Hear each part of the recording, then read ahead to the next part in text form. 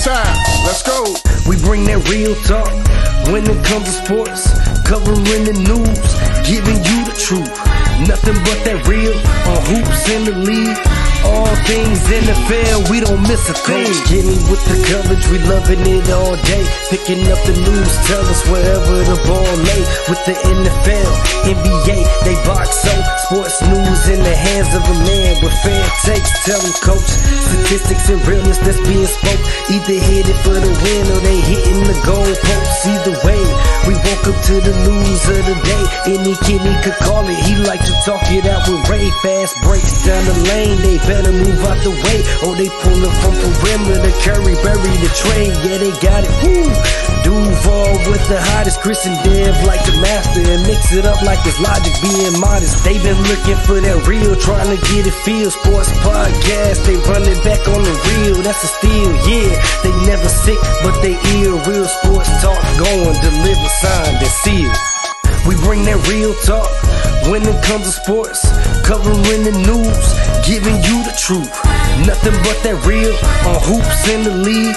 All things NFL, we don't miss a thing.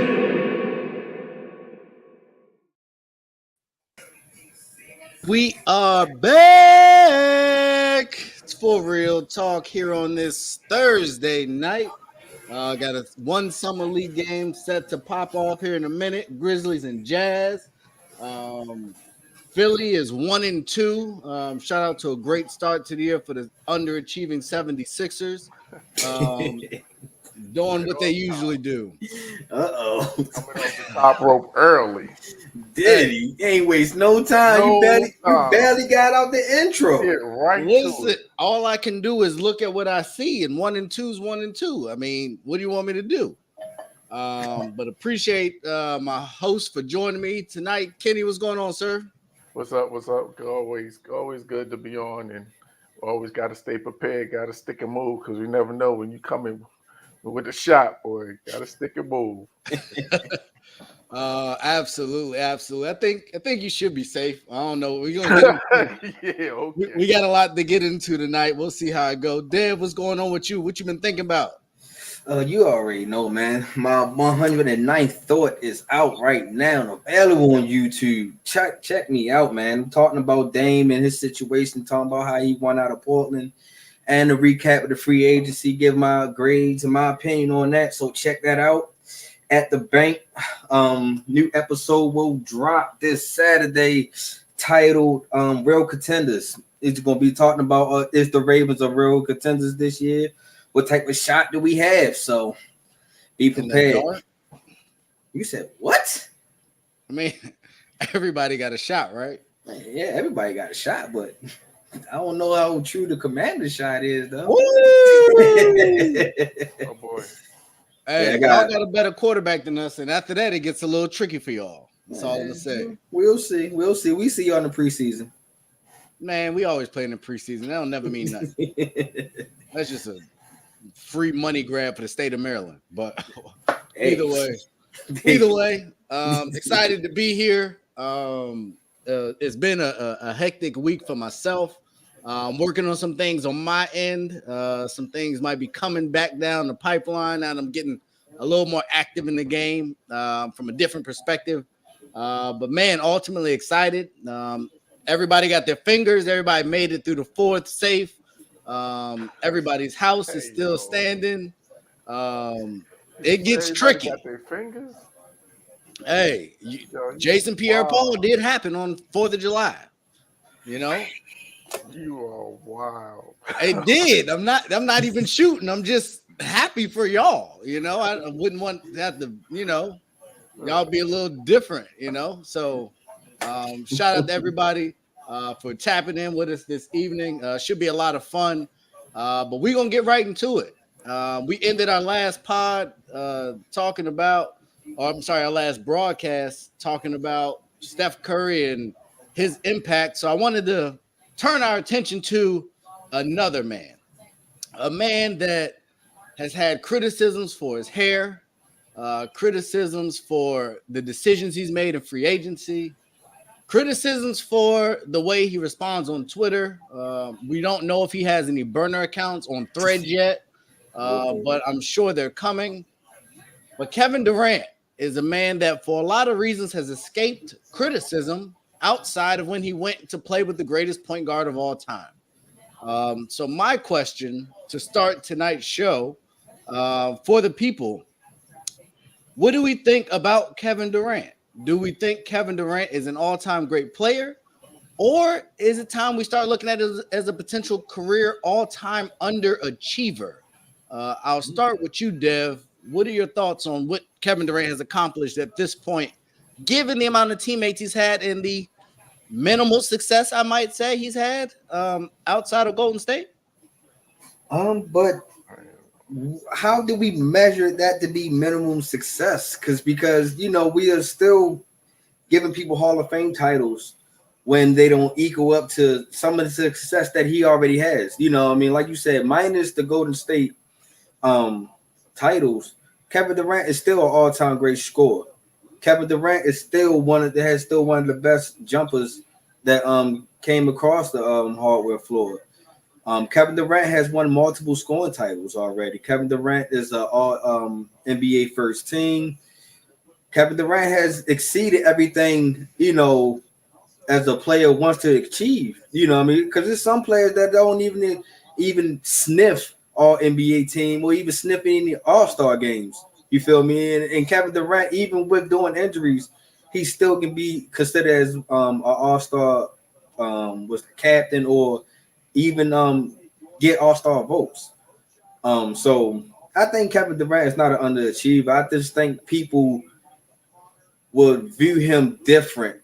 I think that some people is still salty that he still took that Golden State route. And felt like that he was still knocking on the door, getting his own championship without Golden State.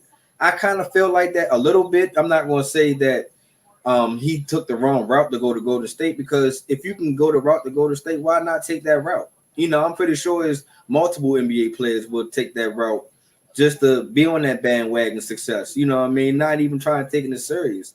You see how Swaggy P was once there. I can't remember if he was part of the championship teams or not. I think he was. Golden State. But after That's got all kind of people rings.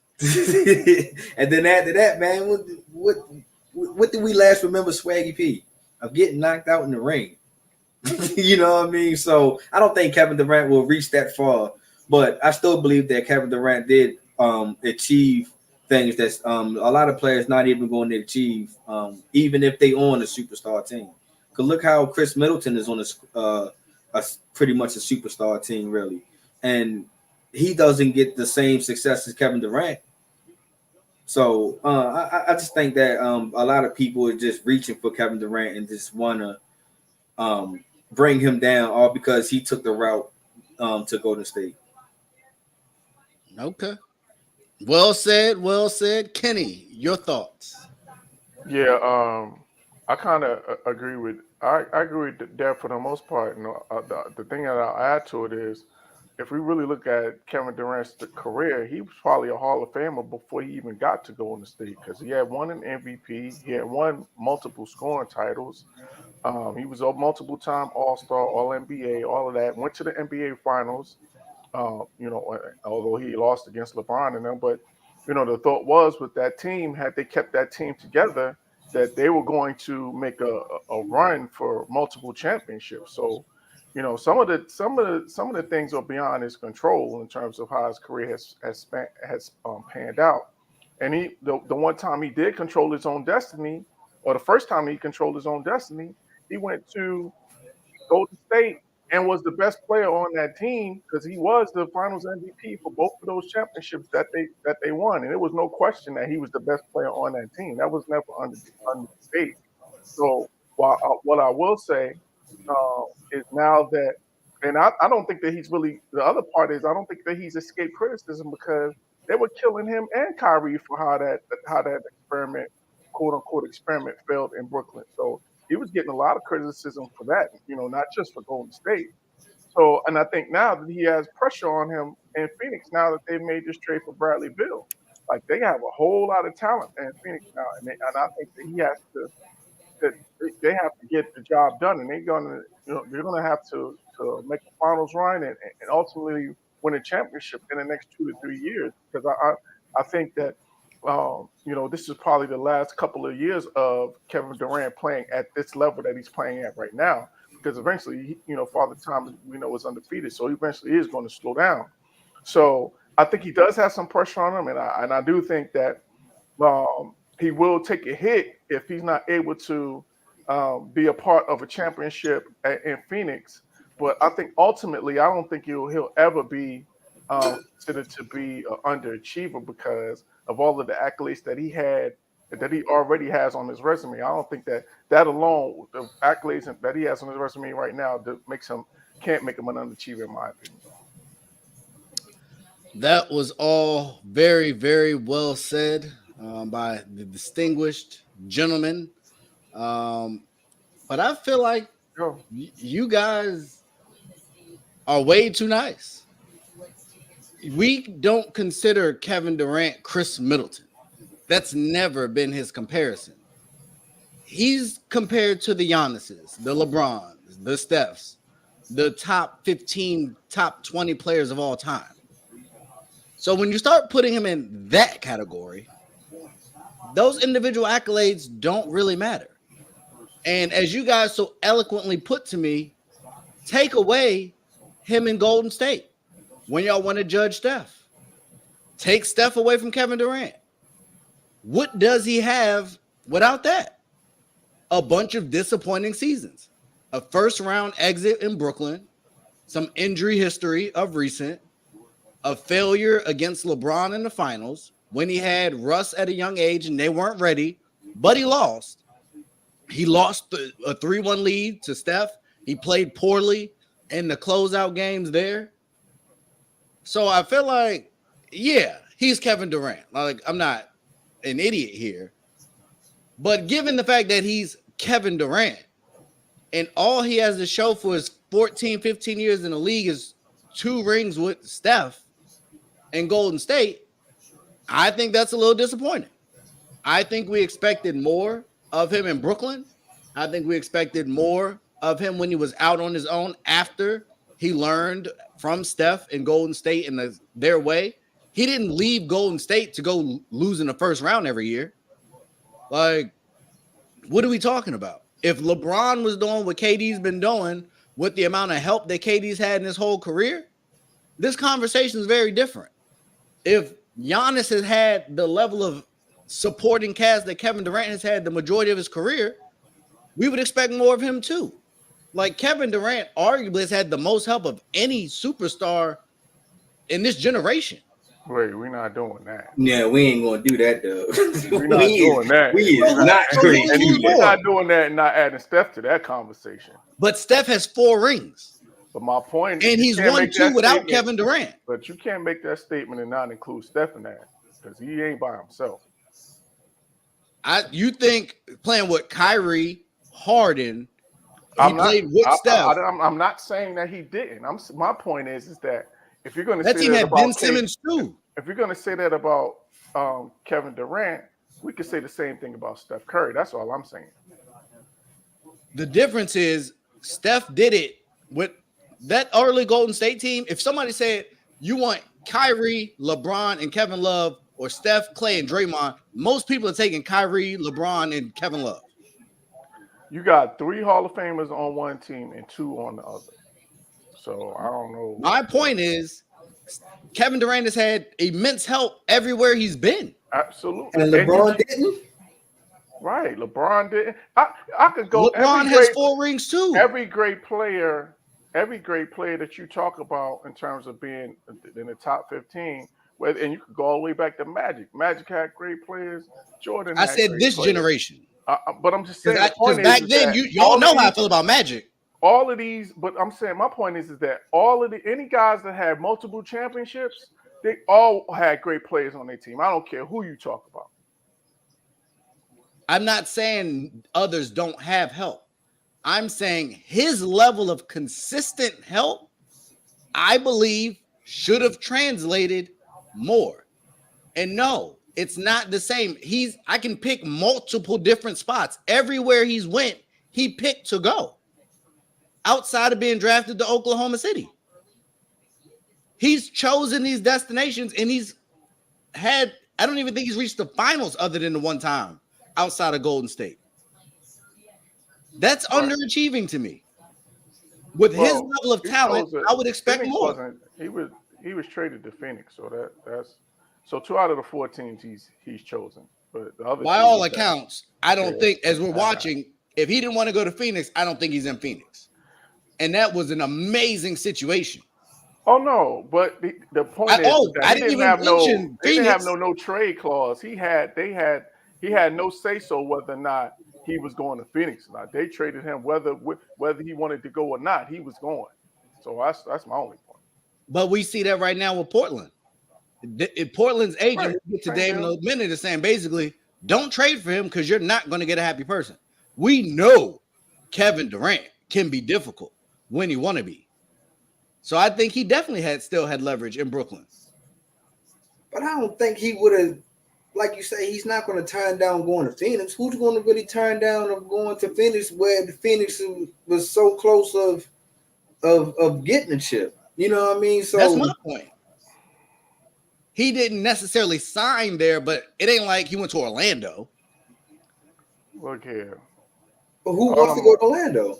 Yeah, I'm about to say, look here. All I'm gonna say is this: I would any player worth his salt would take Kevin Durant's career, top 75, multiple-time All-Star, multiple-time All-NBA, multiple NBA Finals MVP. Like anybody's gonna take that resume and Shaq's taking that resume. They had a great career. Shaq's taking that resume. Yeah, Shaq would take that resume over his own. You think Shaq would rather have? But I'm saying if he had the option between having Shaq, that's a great. Let's take this experiment. Let's do it. So, if Shaq had the opportunity to take Kevin Durant's resume or Patrick Ewing's resume, who do you take? But I don't compare Kevin Durant to Patrick Ewing. Yes, my point Kevin Durant's better than them. I'm comparing Kevin Durant to the elite. Top 50. Patrick Ewing was a top 50 player, so it's not like he in the Hall of Fame. So I'm not saying that he's a great player. My point is that if he had to take those 2 resumes, he's going to take Kevin Durant. Where do you have Kevin Durant in your all-time rankings? He's a top what player to you? Top 15. So compare him to other top 15 players, not top 50 players. If I'm comparing him to other top 15, that's the Larry Birds, the Shaqs, the Kareems, the Stephs, the LeBrons, the Wades. I don't think any of them are trading their careers for Kevin Durant's. Name me a top 15 player. You think Magic wants that career? Well, first of all, I don't think Wade. Nobody's putting Wade above Kevin Durant. I don't think, in my opinion. I don't think anyone's putting Dwayne Wade over Kevin Durant in their all-time list. Why not? Dwayne Wade is arguably I said, that's my opinion. He's arguably the 3rd greatest shooting guard of all time. Is Kevin Durant the 3rd best small forward? Yes. Might be 2nd. Some people would take him over Larry Bird.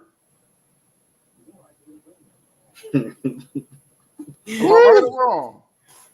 Those people ain't smart to me, but you could be right. I think Dwayne Wade and what he accomplished in that finals against Dallas, and he won with LeBron. Like, there's Wade County for a reason. True, but I'm saying there's a lot of people that said KD took on the challenge of LeBron and cooked them in the finals and won an MVP. Only because of Steph. At that time, LeBron was considered to be the best player in the league. KD couldn't do that without Steph. Steph couldn't do it without KD because he lost to LeBron the year before. And he beat him the year before that. Since y'all put Wade in this conversation, do Wade win a championship without Shaq? No, but that team probably not. But he was the best player on that team. Right, I'm just saying. What he would have won without Shaq? No, but who else did he have? I'm just saying. So what he would have won again, since he won with Shaq. Wait, if LeBron never would have came to Miami, would he would have won with Chris Bosh? The answer is no, John. I don't know. Sorry, That's a good question. Dev, ask that again.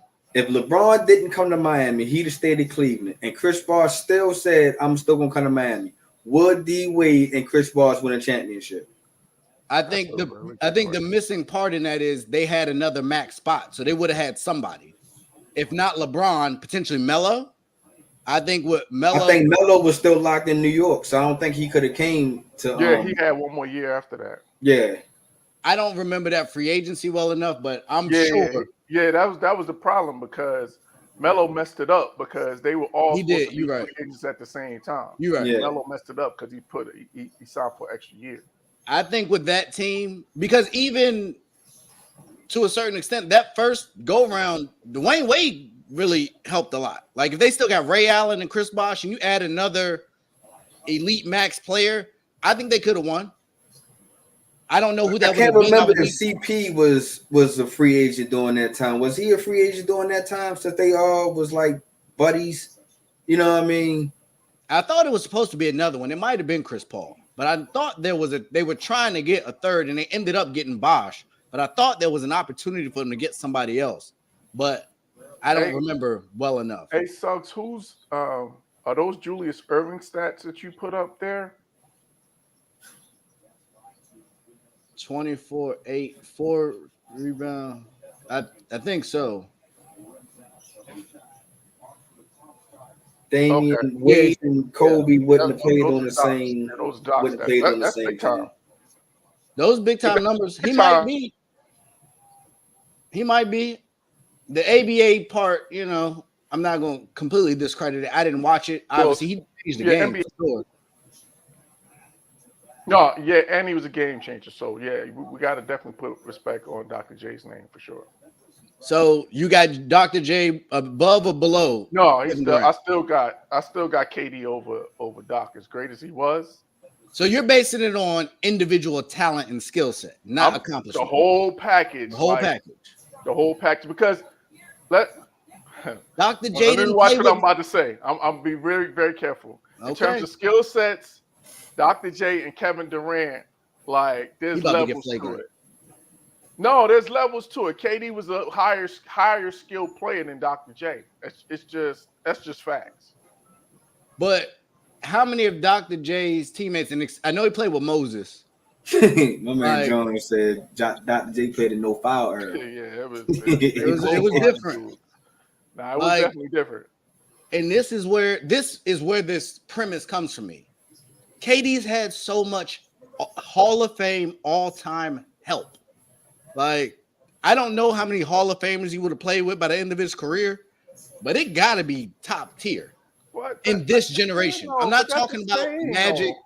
But you can do that for all generations. Like, you're going to have, in order to win championships, you have to have talent. You need great players. He's had talent and not won. That's my point. Is that every guy that you talked about, whether it's generation to generation, if they won multiple championships, I could almost guarantee you that he got multiple Hall of Famers on that team. Let's go through it. We could go through it. I think if Charles Barkley would have lined up with another Hall of Famer, I think Charles Barkley would have got multiple chips. Yeah, you need talent to win in this league. I think if Melo saying that you don't, I'm saying he's had more than most, and he's won less than most. That's a fact. It's debatable. How is it debatable? I think that the talent. Like I said, you had multiple Hall of Famers on all of these teams that won multiple championships. So I don't know that he's necessarily played with more talent than any of these other guys. How? We can go through it. Go through the eras. I'm talking this generation in free agency, when people have freedom of movement, who's had more help than Kevin Durant in this generation? Who else has won multiple championships in this generation besides LeBron and Steph? And all of them played with multiple Hall of Famers. No? I'm trying to think. I think one. Giannis got one. Multiple, Steph multiple. Those are the only two. That's it. Kawhi got one. And he got again. Yeah, he got Hall of Famers. Yeah. Not in Toronto. I forgot about What that. Hall of Famer he played with in Toronto? Oh, yeah, maybe Kyle Lowry, maybe. Mark Gasol. Mark Gasol might If be a Kyle Hall of Lowry Fame. makes it to the Hall of Fame, I'm gonna be pissed. Mark Gasol might make it to the Hall of Fame. Lord have mercy. I said might. I don't know. You know, we're gonna have to check his. Neither of those Yeah, I two would players are anywhere on the level of none of the other players we've been talking about. Let's just say But that. he didn't win multiple championships with that team either. You He talking got- about he one championship, One and done. right? and he So beat that's the the Warriors. point. All And of he the beat teams the that we Warriors. said, all of the teams that we said had multiple. He beat the multiple depleted championships. Warriors. No, he didn't. All had Hall of Famers on their team. Not a one and done, multiple championships. But most of them won more than two. Only That's my LeBron and Steph are the Right, only LeBron ones and in this Steph are the era only that won multiple won So championships. he should have. So what you're saying is he should have just stayed with Steph. No, I'm saying that they all had multiple Hall of Famers on their team, and they won multiple championships. They have that. All of them have that in common. That's my point. So Steph has 4, LeBron has 4. Duncan, I don't really consider the same. Duncan was a Hall of Famer. No, I'm saying I don't think he would. Is he considered this generation? Yeah, 2000. Yeah, Okay, because so he if played we're against the going Heat. He played. He against, has 5. KD's at 2. So the other 3 people. And but look what the multiple Hall of Famers Timmy played with. He played with Ginobili. Tony He played Parker with and Parker. Ginobili, both gonna be Hall of Famers. we agree, but he won 5. Kobe won 5. He only Like- played 3 years in 3 years in Golden State. Was it 3 years or 4? 3 No, before 3 years. 1 year he was out basically the whole year. No, that was with Brooklyn. So 3 years in Golden State. Those And 1, 3 2. years. And outside of that, it's a little empty in the even in the playoff Man. success. Still, the bottom line is of this generation, everybody that has won multiple championships had multiple Hall of Famers on their And team. they've won 4 and 5, and he's won 2. Okay. That's underachieving. And he's had more help 2 and 3 years though. Like because of Steph. What are you Doesn't talking matter who's about? it because who's of. the MVP? What are you talking about? Cussing He Steph? hasn't won outside of Steph. So clearly the only way he can win a championship is with Steph Curry. That's a Because fact. only him and LeBron was the only two that was winning in this generation, really. That goes to Steph's point. He couldn't have won without Steph. He hasn't done it yet. He hasn't even come close. So do you think Golden State would have won without KD? They done it twice. But do you think without talking about KD that year, Those without 2 that years help, against LeBron, are they beating LeBron are they without KD? beating the Cavs? I think it's absolutely possible. They have beaten him already. Nah. Yes. He ain't answering the Y'all are question. asking me a question. I'm You- saying yes. I don't think so. So why'd they go get him? I don't think so. Why not? Why wouldn't you? I don't because If you didn't need him, why would you go get him? you just had the best record and then you lose in Right. the finals. Just 73 If and 9. if lost to anybody in 31 their million right the mind finals. can upgrade their life, would you not upgrade it? Whether you need it or My not, if point it's is- available. So are you telling me No. Golden State needed Kevin Durant? No, So- I just said they didn't need him. He's an amazing So why did luxury. they up the ante then? And why not? and They could have left him alone and paid somebody else. But And why if- would we do that? If Okay, you and one can more have him, take Whoa. him. You saying more we over there? Why- We if become You a know Wizards that's rock with Golden State. You a Wizards fan? Why wasn't Steph Curry the MVP during those 2 years that they won the championships? He If took he a couldn't back win seat. if he couldn't win without Curry, why wasn't Curry the MVP? Why? The same reason Andre Iguodala won MVP. That second MVP KD got. So Steph you Curry telling was. me Go you're look up telling- Steph's numbers in that second finals run. I'm not saying Steph wasn't. He was averaging almost 30. Not saying he was hot garbage. not at all. So No, yes, that's Kevin fine. Durant. Kevin Durant's amazing. I'm not saying he's not amazing, but let's not act like Steph wasn't cooking in that series. Steph was cooking in the first championship. How come they still gave it to Iguodala? Because they some haters. They are haters. The same reason Steve said it Nash like a got little 2 kid. MVPs. Oh, The yeah, same reason yeah. Joker had 2 MVPs. Them writers be haters. Ray is Miss Bonita when it comes to Steph Curry. Boy, y'all remember Miss Bonita from Living Color? Facts are Nobody facts. say nothing about Miss Jenkins. And we are waiting. I'm still waiting to see what he do. Because guess what? If he flame out again in Phoenix, what we gonna say? And I said that. More Now excuses. the pressure is on him now that he has to finish out. He has to finish out the rest of. There was no pressure last year with- when they didn't with- get it done. Right, that's my point. I'm talking about from this point going forward, and now especially now that you got Bill, like the pressure is on them. They got to win a championship in the next 2 years. John, Because the Sun said really that close. Chris Paul was the problem. That's what they pretty much said. They said that they said Chris Paul was the problem. So now that they remove Chris Paul, now it's all on KD and Book now. No question. And let me tell you this. And we already know you. And I say it again. You're gonna roast. Y'all better pray to God that these Warriors with Chris Paul do not win a ring, because y'all think I'm bad now. I ain't even gonna hold you. I will be happy for Chris Paul, but if the Warriors do decide to win a ring with Chris Paul, I won't be on the show for that whole entire. I ain't even gonna hold you. I'm calling in sick already. Okay, and on the same token, right? If Golden State wins the championship and Chris Paul plays well, you better give that man his props. He's in practice every day learning from his dad. What else he gonna do? So what if Chris Paul win? What if Chris Paul hypothetically win? Y'all hear the consistent theme with Swaggy P and what's the other boy's name? Jordan Poole and JaVale McGee. How you get Jordan Poole that quick? Dang, he was just there just a month ago. I was trying to think JaVale McGee, but Jordan Poole came first. Oh, okay. I was going to say, dang, he was just there just a week ago. Andre Iguodala, all these guys. You know who they got rings with? One guy. AI played with AI. He ain't get no ring. A lot of these greats play with other people. Didn't get it done. You know who they got it done with? One guy. All I'm saying is, yeah, Steve Kerr. You right, Steve Kerr. You got that right. Luke Walton had him 22-0. You better put some respect on Chris Paul. It was the system.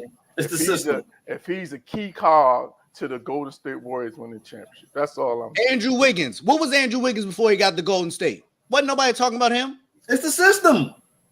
It's Steph. It's the system. Andrew Wiggins looked great all of a sudden. Everybody looks better when you're playing with more talent. I could say that about a bunch of people. Don't do that. I saw Philly last year. A lot of talent. What they do? How they look? How Philly look last year with all that talent?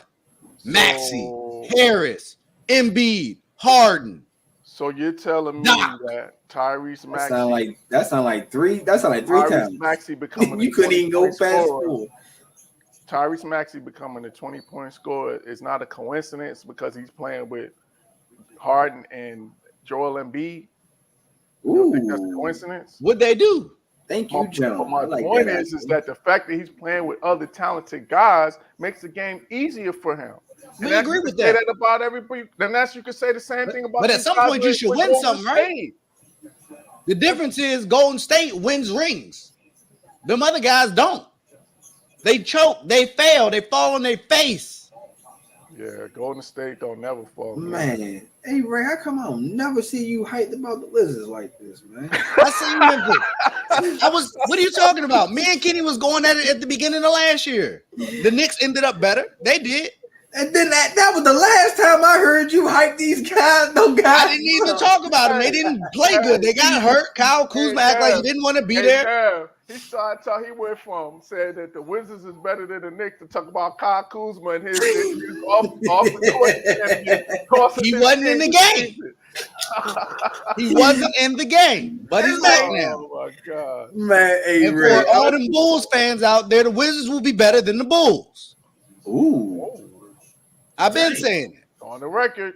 I'm on the record. Ain't nobody running from nobody. We'll be better than the Bulls. The Knicks, y'all got us. What about the Sixers? Nah, they better. Oh, dang. I just wanted to stir the pot a little bit. But they ain't going nowhere. I guess the kid. We gonna be watching the finals from the same spot.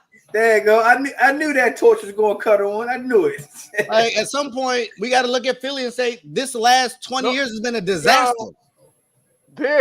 Okay, so now that that's the great segue. So that to me, if we're talking about underachieving, you can talk about the Sixers being underachievers right now. Like if you're looking at their team and what they've done in the playoffs and what they've expected to do, you could talk about Joel Embiid. They disappoint every year. There's some questions about him being an underachiever in terms of his career right now. I will put him in that category way before I would even consider putting KD in that category. So to me, Embiid's a better candidate for your argument than Kevin Durant. I would submit to that. I agree with that too. Atlanta's not ready. They don't really got no real talent.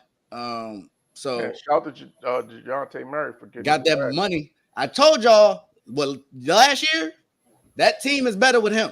Get Trey out of there. Like, they got John Collins out of there. So yeah, he definitely ain't getting rid of him now. You just got rid of Collins, so they definitely got a running gun. You have a valuable asset. Trade it. Your current makeup don't work. Wait. Since we on that real quick before we switch this topic, where do you think Trey should go? Being a point guard in the NBA is tough. I think Damian Lillard's figuring that out. It's not a lot of spots. If I was a team, like a contending team, I mean, for what it's worth, any team. I wouldn't hate him swapping with Harden and him going to Philly. I think that would make a lot of sense. But you don't think Maxey and Young will kind of collide a little bit? I think they're two different types of players. Maxey's not really a playmaker. He's more of a shot creator. But both of them got to have a ball in their hand, in my opinion, to actually get that flow going. I think you can stagger them a bit. And they apparently really believe in Maxey, but I don't think he's a point guard. I feel you. And Trae Young would be a point guard. It would take some work. Obviously, I could send him to like Chicago. I think Chicago needs a point guard desperately. Oh, for sure. Yeah, for sure. So obviously I would maybe reevaluate the Wizards' take if he went to Chicago, depending on what the trade was. But real contenders, well, they wouldn't have to. John said Boston. So they wouldn't. They probably could put something together with some draft picks. I just think if they wanted to do that. John, I think with what Boston has left, I think you got to give up one of your pillars to get him. I don't know if they have enough. Yeah, especially because he got. You're gonna have to give up. You're gonna have to give up Jaylen Brown. Yeah, you're gonna have to. So I think that's the difference. If I could trade Zach LaVine for Trae Young, I would do that. And I think Murray and LaVine could play better together than Young and. And you don't even necessarily have to put a max. You could put some draft picks, and they got that trade exception from Lonzo Ball, which is like I think $18 million. So they could put that with some young guys and put together a package to get Trey, not necessarily move. Fox ain't going away. LaVine or Aaron Fox is better than Trae Young anyway. Right. So what about Miami? What if Dame in the situation of Miami don't work out? You think Trey will fit in Miami? Sure. My question with that is I'm not sure Trey, if that culture I'm not sure if that would be a good fit for Trey. Because by all accounts, he's a terrible leader. I was gonna say he likes to kind of have his freedom offensively, so I'm not sure if that would be a good fit for him. I feel you. Another team I've mentioned a couple times, San Antonio. I think they could use a dynamic point guard. I think him and Wemby would be. That'd be an interesting combination. Good.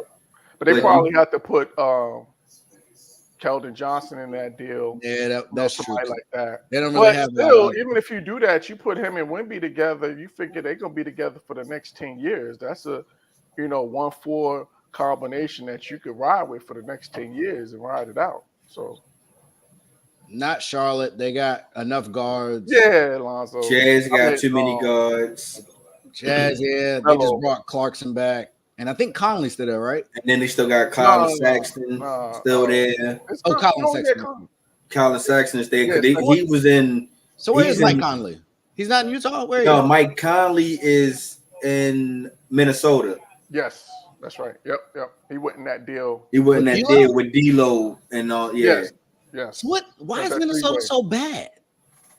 Conley, because Edwards, you paid all your bigs. You paid all your money to your bigs. You got three Well, centers I'm saying you got Ant-Man and three centers. Three centers. and Conley. He's solid. He's a good point guard. That's what he said. He Three said Ant-Man, centers. Conley, and three centers. You should be at least a playoff team. They were. They- were playing, Barely. but I'm They, bro, honestly, in my opinion, I think their head coach is not that good, in my opinion. that could I think his name is Finch, if I'm not or Fitch, Mhm. if I'm not mistaken. Chris Finch. Yep. He don't make good game adjustments.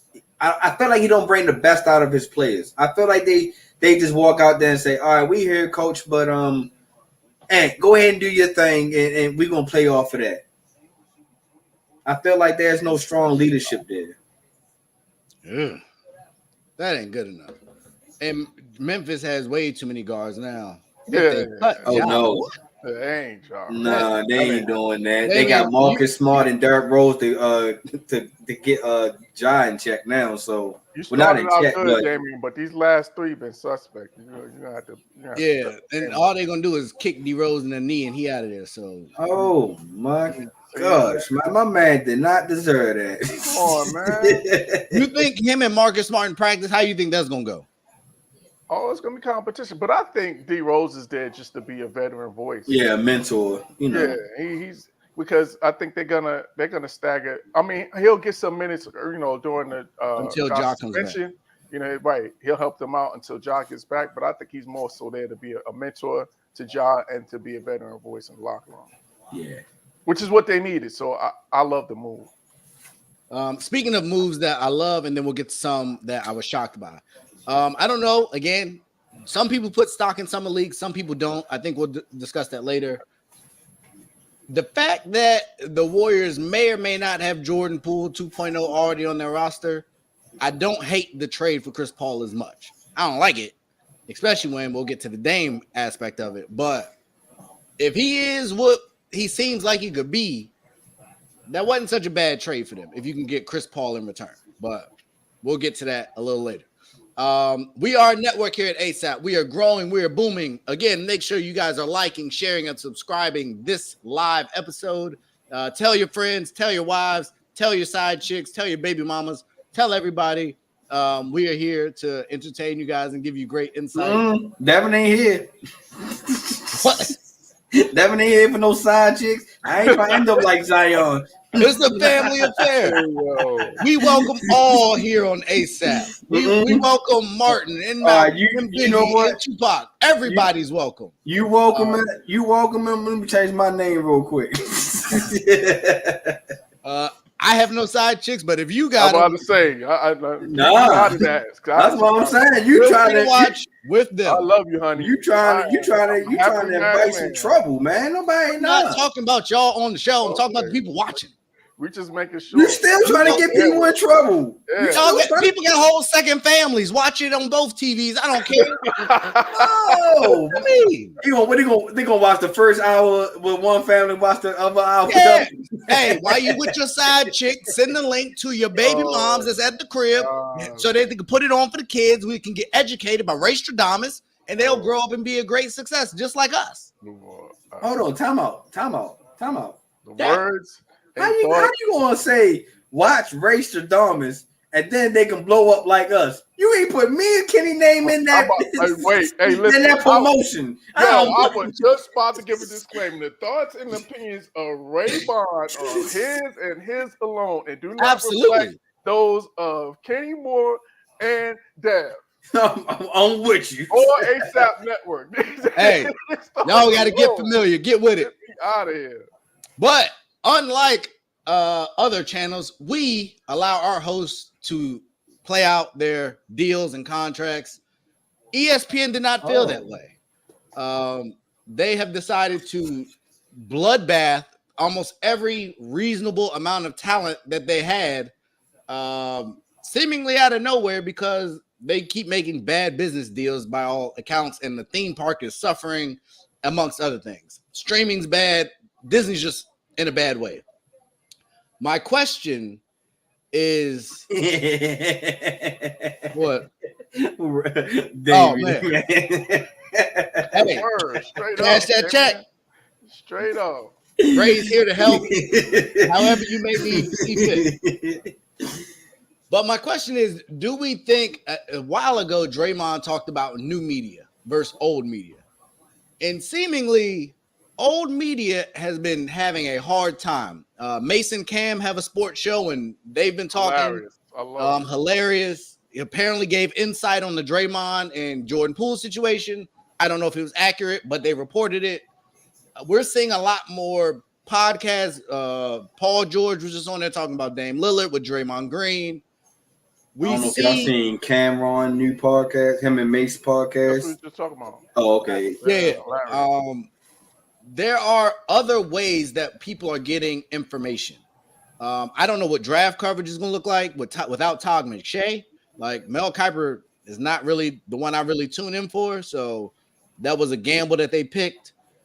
And I look around they brought in Pat McAfee, a big personality, new media, a punter, but he's transcended into a whole different stratosphere.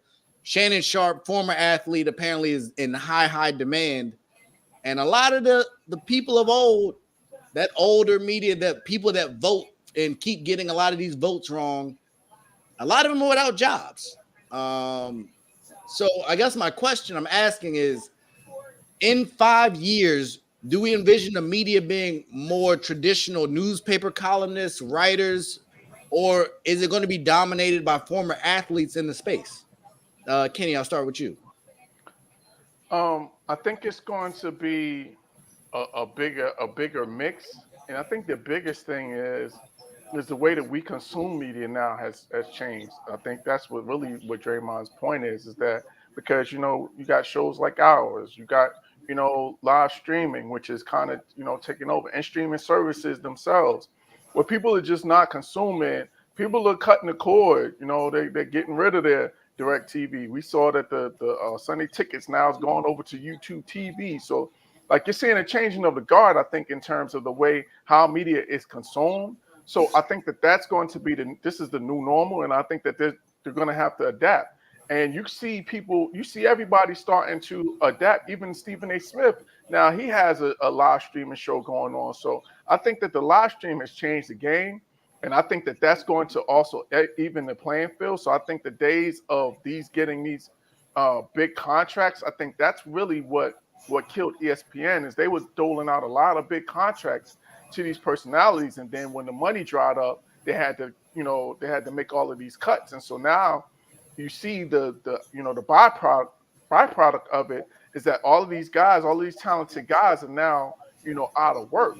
So I think that the spending and the way that the media is being consumed, all of that is changing, and everybody's going to have to adapt, whether you're the ESPN, Fox Sports 1, whoever it is, that everybody's going to have to adapt because live streaming is not going anywhere, and I think it's going to continue to be on the rise. Okay. Dev, your thoughts?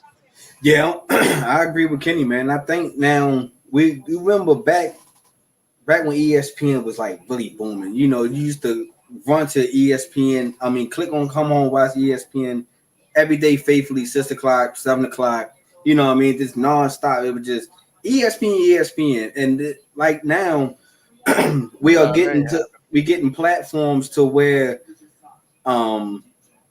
that now there are these former stars or former players are getting these platforms because now they are given the insight of actually being into a game versus you hear how JJ Redick and Stephen A had kind of got into it and was like, you don't understand what it's like to be inside the locker room. You can only talk about outside the locker room, but to actually be in the trenches and working out and going through putting our bodies what we had to go through to be professionals, you really wouldn't understand it. And now that we getting so many like Matt Bonds and Steven Jackson and JJ Redick and all these guys that's really had these Gilbert Arenas.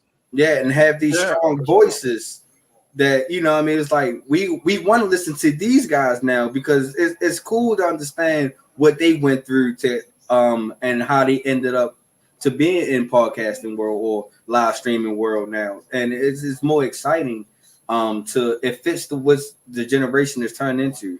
You know what I mean? So I just think that now in 5 years, I think that what we are doing is going to be the old way. You know what I mean? I think something else is going to come out and elevate and somebody else is, you know, we all going to be trying to get onto that wave. So I just think that now, you know, everything is so AI and technology now. It's just like whatever the next wave of phones or whatever technology comes out, just going to have to try to adjust and live through that market then.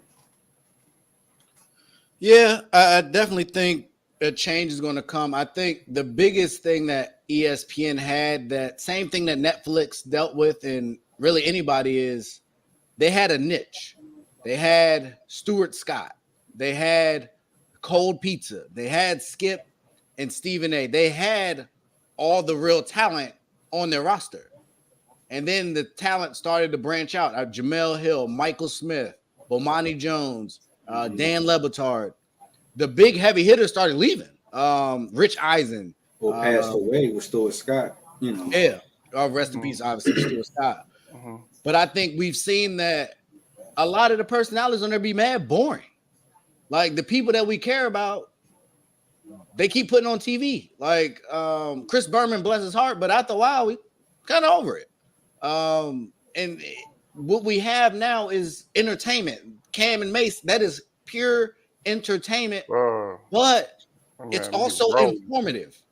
Um, I think from what they've talked about with Undisputed, I don't think Stephen A is coming back, but uh, Skip Bayless has made it very clear. Lil Wayne and Young Money will have a big role in the new version of Undisputed. Like they see that it's changing, they see where it's trending, and I just think the old way of the newspaper columnists and their biased views, like a lot of those guys on Around the Horn, they're just not engaging. They're not entertaining. They don't look like many of the players that they're covering.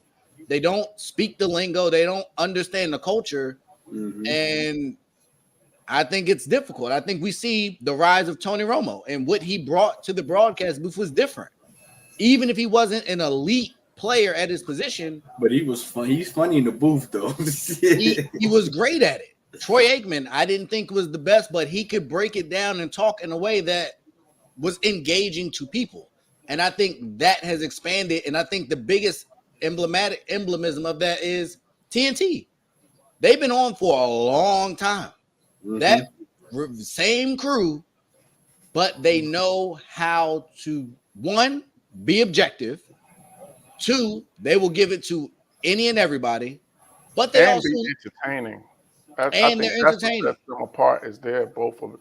They can break it down and be funny, so you get a little bit of everything. That's what I think that's the magic of TNT.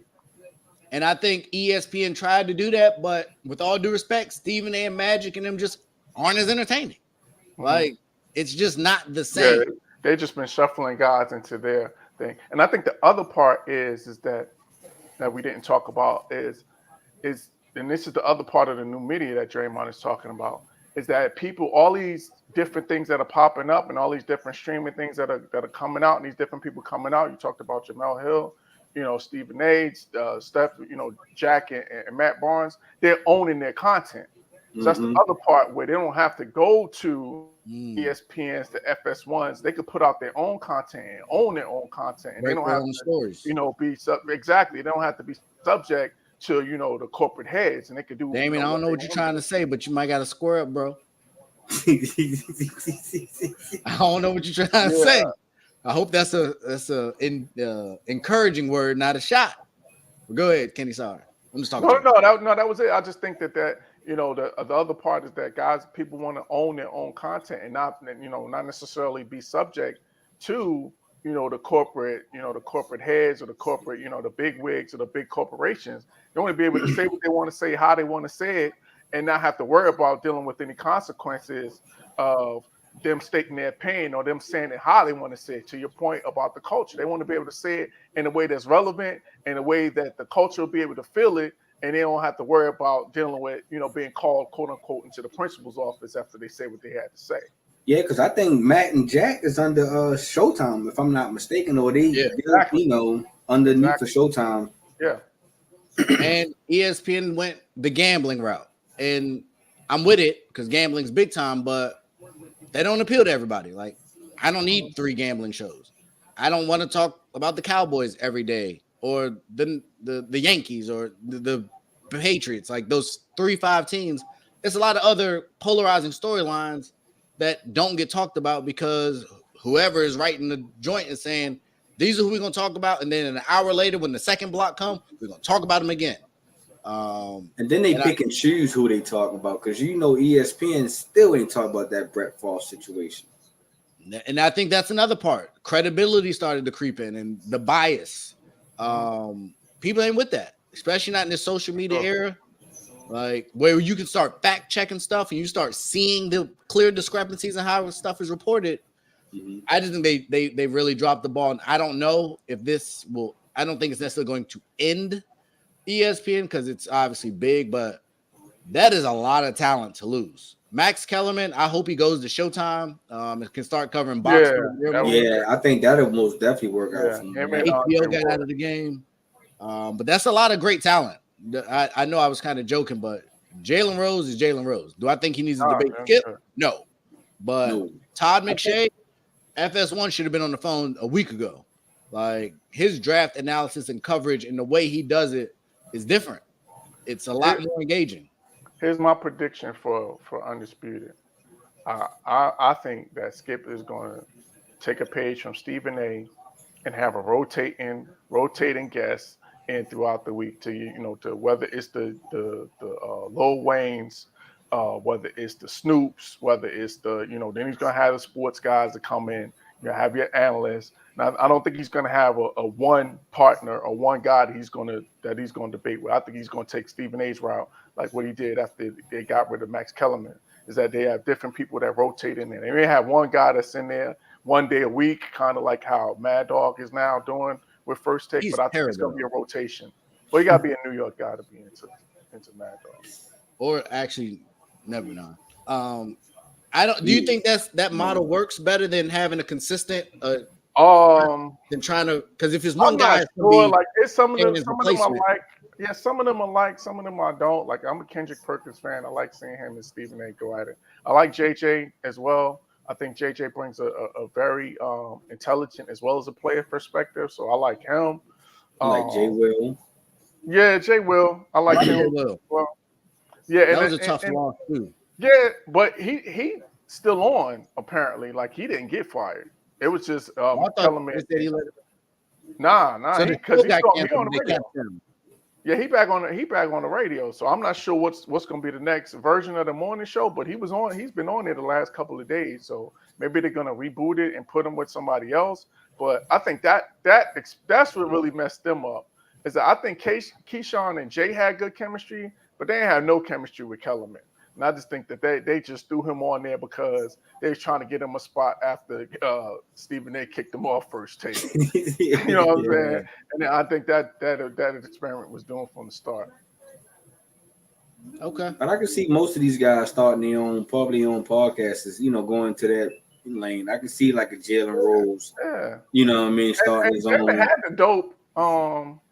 Him and he had Jacoby, with Jalen and Jacoby, they had a dope situation. That was on ESPN though, right?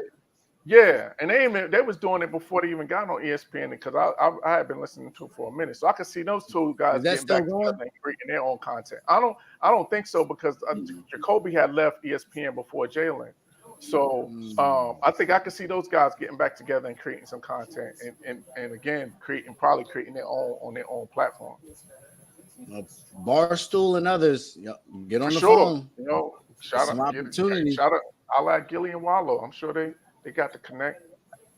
I mean, and I think it's similar to we're watching threads like blow up. There was a weakness in Twitter and what they was doing, and there was an opportunity. And Facebook Meta has maximized that. I think they had like 30 million users. And they snuck us in the back door with if you close out your Threads account, your Instagram gets deactivated too. So now we're stuck. I ain't even. I ain't know that. Yeah. Yeah, if you deactivate Threads, like, oh, I don't like this, you better just delete the app because otherwise your Instagram is gone. And it's cool for now. We'll see how long it lasts. But I think ESPN failed to evolve, and they pissed off a lot of quality talent with some funny business. The whole Rachel Nichols situation and what that led to, just a lot of issues. Huh? I said Showtime grabbed her. Is she on TV again? What's she She's doing? on Showtime. She's with Jack and Matt sometimes, co-hosting with them, and I think she's covering basketball for Showtime. I didn't know that. Good for her. On to more positive things. So hey, yo, you know what, Damien? I think you I see your point now. I see you. It's cool. ESPN BET. That's making sense. Yeah. So let's know where you going there for a second. But BET is coming back. I'm not a big Acho fan. He's kind of corny to me. But he's okay. And his brother's already over there anyway. So, Emmanuel is already over there. Is Marcellus still on FS1 or he I don't think so. I don't think so. I haven't seen him in a while. And he's another one. I think he got his own situation going on now because I saw a video of him doing the show where he was talking about the ESPN situation. So I think he might have his own thing going on too. Yeah, I mean, business is business. So we'll see if the seemingly smaller roster model works with more money, but that is a heck of a gamble. So we'll see. And I think the other thing when you bring in Pat McAfee is he built his following because he was him. If you bring him to Disney and now I gotta become this version, I don't know. They spent those big bags too. I think that was the other part.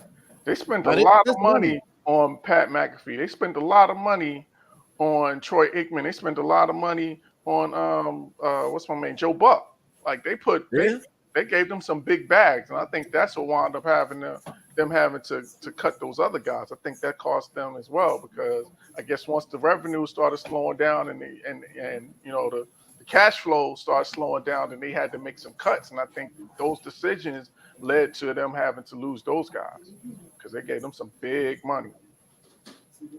I hear that. So I do want to pivot a little bit from what we had listed because a report did come out about Dame Lillard. And I know last time when we talked about Dame, I was critical of his timing. I did not think he was doing what was in his best interest or Portland's best interest. The new report is that Dame's agent has gone to teams and basically said, don't trade for him. If you get him, you will get an unhappy person, which is forced, really. It's not what you want. His market down, in my opinion. If I'm Miami, I'm not giving you a bunch. And if I'm Portland, I'm not going to take a bad deal. So given where we are, what do we think happens next for Dame? Like, does he back off his stance? Does he allow his agent and the team to negotiate with other teams? Or, like we said, is this just going to drag out potentially into like a trade deadline situation, and it's just going to be awkward for Portland all year? Dev, I'll start with you. This is going to be awkward all year, in my opinion, man, because ain't that tampering a little bit? Shouldn't that fall under some tampering rule if your agent, reaches out to potential trade partners? They do that all the agents. That's part of what they do is they look for opportunities to look for deal or trade partners for their clients. So that's not out of the ordinary. But I'm just saying though. But that's just like terrible business. That's just like me calling all Xfinity fans and say, hey, you need to just go ahead and drop your service and come to my service. You know what I mean? And I can that I don't know. I just feel like that's dirty. I get the whole point of, you will get a disgruntled type player, but this is a business. You know what I mean? Portland ain't. I understand. Like yes, I am one of the people that said Portland should do what's best for Dame, but also, you know, you gotta do what's best for you in that deal too. You can't just go out here and trade for a slice of cheese and thinking that's going to be all right for your team. You know what I mean? Portland ain't going to live off that slice of cheese, man. So I just think that just kind of a little bit dirty, a little bit, man. That you got your agent. I'd rather you just come out and just have your own little interview and say, "Look, I only want to go to Miami, guys. Don't, you know what I mean? If you got good trade packages, don't call Portland. Just let me go to Miami on my own." I'd rather him do that, rather his agent just calling people to say, "Hey, don't do this, don't do this trade." You know what I mean? He wants to go this place. I don't know. I just think that's just a sucker move a little bit. Look who's coming around. I like to hear it, Dev. Kenny, your thoughts?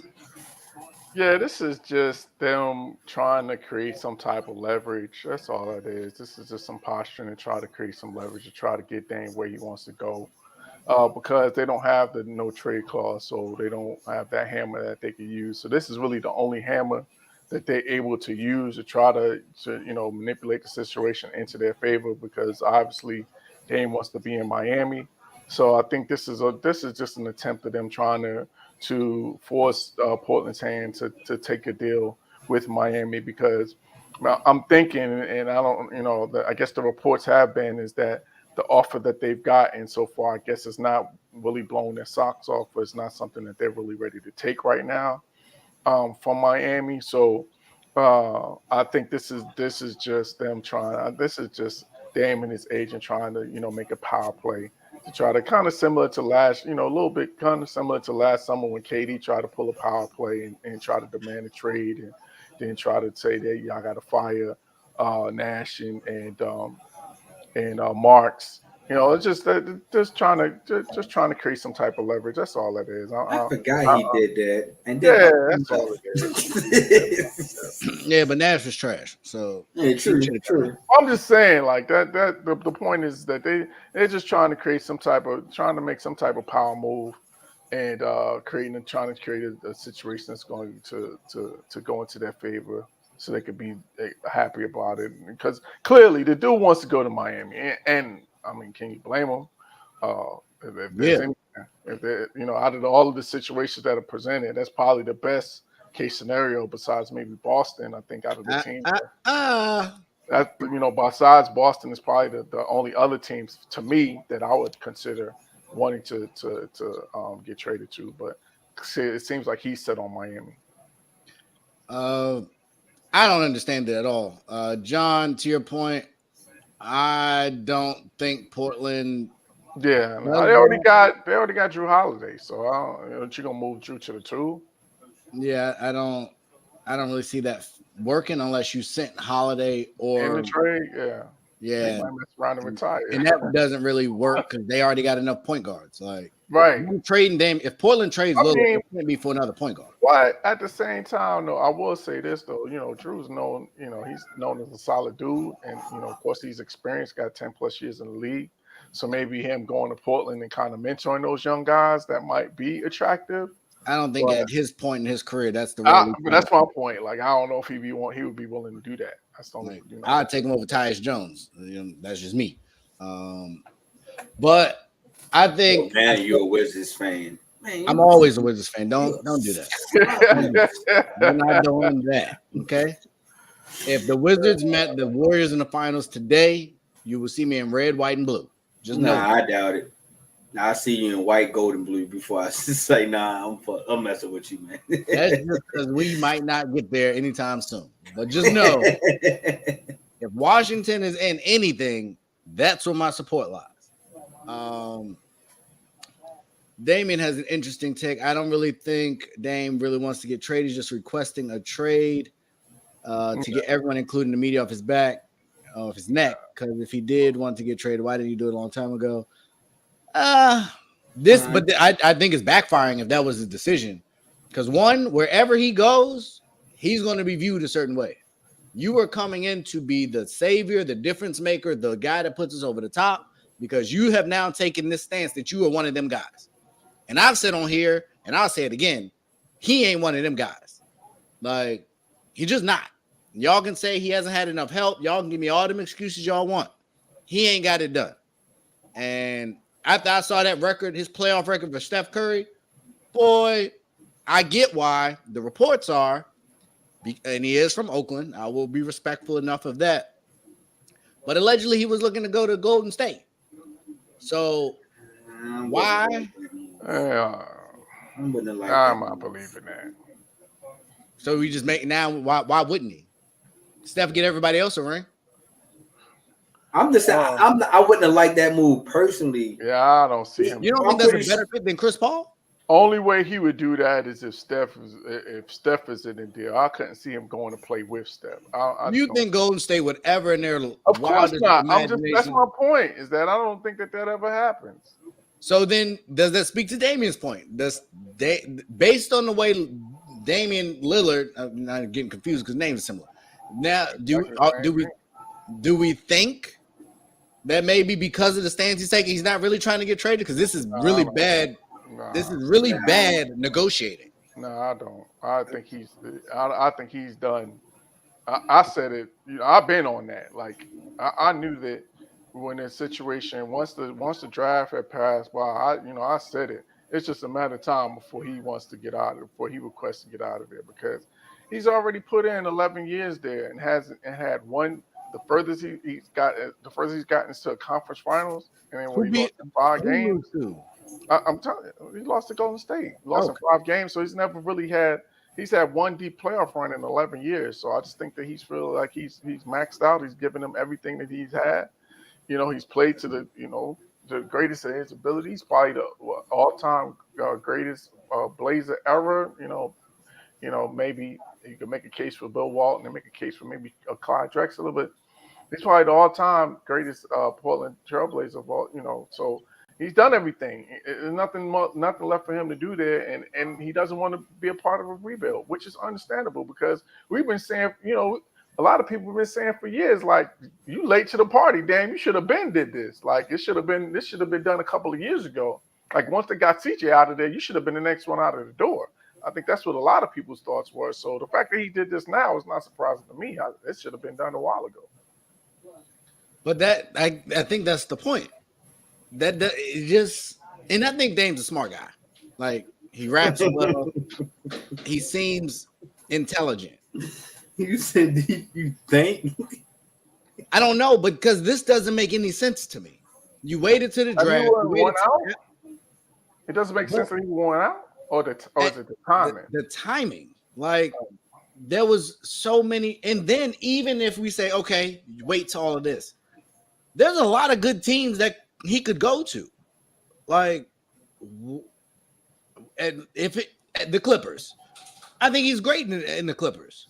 I think there's a lot of teams he could go to and have a huge impact. Why are you forcing one team, an 8 seed from last year, that is going to have to give up, that's already lost some of their best bench role players, and they're going to have to give up some more to get you? It's almost like Melo to the Knicks again. So let me ask you a question. If you had out of the 3, let's just say, for argument's sake, you got 3 options. If you're Dame, you got Miami, Boston, or the Clippers. Which one would you take? Miami's last for me. I think he ain't going to Boston because he already said something, previous, like he don't want to come to Boston, and I remember him and Tatum was going back and forth on Twitter about him coming to Boston. So I think you gotta take Boston out the equation. So I think I'm just saying, like, out of the 3 situations that you think that there could be a possibility, because we're reading reports about Boston perhaps being a player in this. Out of those 3, so you saying that Miami's last? Who you got first? The Clippers? For me, I would be looking, and they signed Jeremy Grant, so that would I would like Milwaukee. That would be my first pick if I can get the Milwaukee. Get Middleton out of there. But I would trade him I would rather go to Philly with what they have than Embiid over Miami. I would definitely go with Boston over Boston. I don't know what Boston's problem is. I won't lie to y'all. I don't completely understand why they can't get over the hump, but they haven't. Miami is just I could be early on this. I could be completely off base. I think we've seen the best of Jimmy Butler. I think he's had a long, tenuous, hard career. And I think we're seeing that he can't be the guy. He just can't. His body doesn't last. He's had a lot of long seasons. And I think Miami, right, as constructed, is another 4 to 5 seed, maybe at best. So that means you're going to probably be going on the road with Dame, trying to get integrated. Jimmy comes alive late. I don't even know how that fits. You're going to have a potentially Hero, Dame, and Jimmy on the floor. Who's shooting the ball? Dang. Right. Well, I think he was trying to put Hero in the deal, so I don't think he would have been there. Okay, so if I take him out, Bam's not. I don't really got to worry about him shooting the final shot. But now I still got to figure out, is Jimmy or Dame going to shoot? And that's ain't nothing. Gotta be Dame. Yeah. You can't be Jim. Jimmy showed us that it's been multiple times. Be more of a playmaker down the stretch than trying to close. What? Did y'all see Jimmy Butler in the playoffs? Yeah, I seen Jimmy Butler in the finals too. Right, 2 feet in the paint and passing it. Right. I seen a lot of that. I seen a lot of Ben Simmons and Jimmy Butler in this finals. In this past finals. I agree with that. Going that far, but I agree with him passing, but I've seen Dame. Toronto. Y'all be that shot he hit versus Oklahoma City is iconic, and I'm not taking that lightly over Paul George, but I've seen a lot of other shots where he did not hit. Man, I've seen a lot of shots that LeBron didn't hit. Yeah, don't bring LeBron into this. I seen a couple shots that Steph didn't hit. Right. Don't act like Steph ain't have Kevin Love ISO and couldn't score on Kevin Love. We're not doing that. So we're going to talk about one individual player. We're going to talk about the totality of their career. Everybody's missed shots down the stretch. That's the point. Some more than others. Yeah, some more than others, yes. Some people don't even get there to take the shot. Everybody misses. Yeah, yes, everybody does miss. But if one person shoots better than the other, I want the better guy shooting a shot. And I think I think Dame is a better down the stretch shooter than Jimmy. Better closer than Butler. Has he ever closed his way to a finals? Jimmy's done it twice. So you telling me the East is more easier than the West too? Then, since you want to make it like that, let's just make sure we're clear. So assuming that Dame gets traded to Miami, you're telling me that Dame gets traded to Miami and Butler's going to be the closer? Is that what you're saying? What do I think is going to happen? What do I think should happen? Either or. You can answer both ways. I think what would happen is based on all this hoopla. Actually, what should happen in your Jimmy Butler should have the ball in his hands down the stretch. 100%. He's led an 8 seed to the finals. He beat Milwaukee. He beat Boston. I don't care how he did it. He did it. Dame ain't did that. Yeah, I don't know about that. I think if you put Dame, Butler, and Bam, and a couple and whoever the other two guys, I'm letting Jimmy Butler run pick and roll, and Dame go stand in the corner. And if I throw you the ball, you better make it. No way. He could be a playmaker, but you better playmaker and get that ball to Dame after you drive. Dame, you a decoy. Oh no, heck no. Dang. Get fired, coach. Eric Spoelstra is well respected. He ain't going nowhere. You ain't never lied on that, Roy. You ain't never lied on that. I've seen him do it. Oh, I don't gotta believe it. I seen him do it. I seen him turn KD into an amazing guy. Clay, amazing. This when you go too far. Draymond's now amazing. This when you go too far. Getting a bunch of guys rings. And he would have got a couple more if KD wouldn't have folded and tore his Achilles. Oh my goodness. I know you ain't gonna say this man folded. How many years Steph folded before he got here? He folded. We needed you and you tore your Achilles. And then Clay, you go out and tear your ACL. How many years Steph Steph Steph had tried to. He had to overcome Draymond. He was up 3-1, and Draymond lost his mind. KD tore his Achilles. Clay tore his ACL. He carried Clay to the finals year before last when Clay was terrible. What are we talking about? You know what, Ray? I ain't talking to you no more today. Yeah, I don't want to talk no more about that. He can no longer be discussed on the rest of this episode. We're not the same way how we felt when you was on the Tom Brady on your Tom Brady ish. This is how we starting to feel about your Steph Curry. Y'all got Tom Brady slander?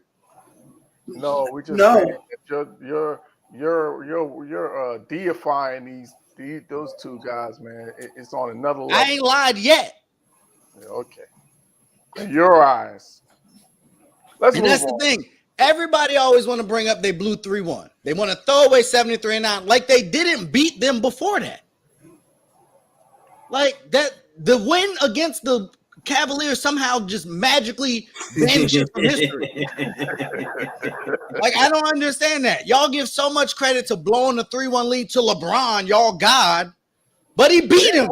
Ain't my God. I'm talking to the people in the comments, not y'all. Y'all have some sense. Okay. But everybody want to, oh my God, 3-1, 3-1. You know what, though? At the same time, while you singing that, the way that you praise, as much as you praise Steph Curry, you don't give him nowhere near the grief for blowing that 3-1 lead as you do praising him. That's for sure. I think I give him credit.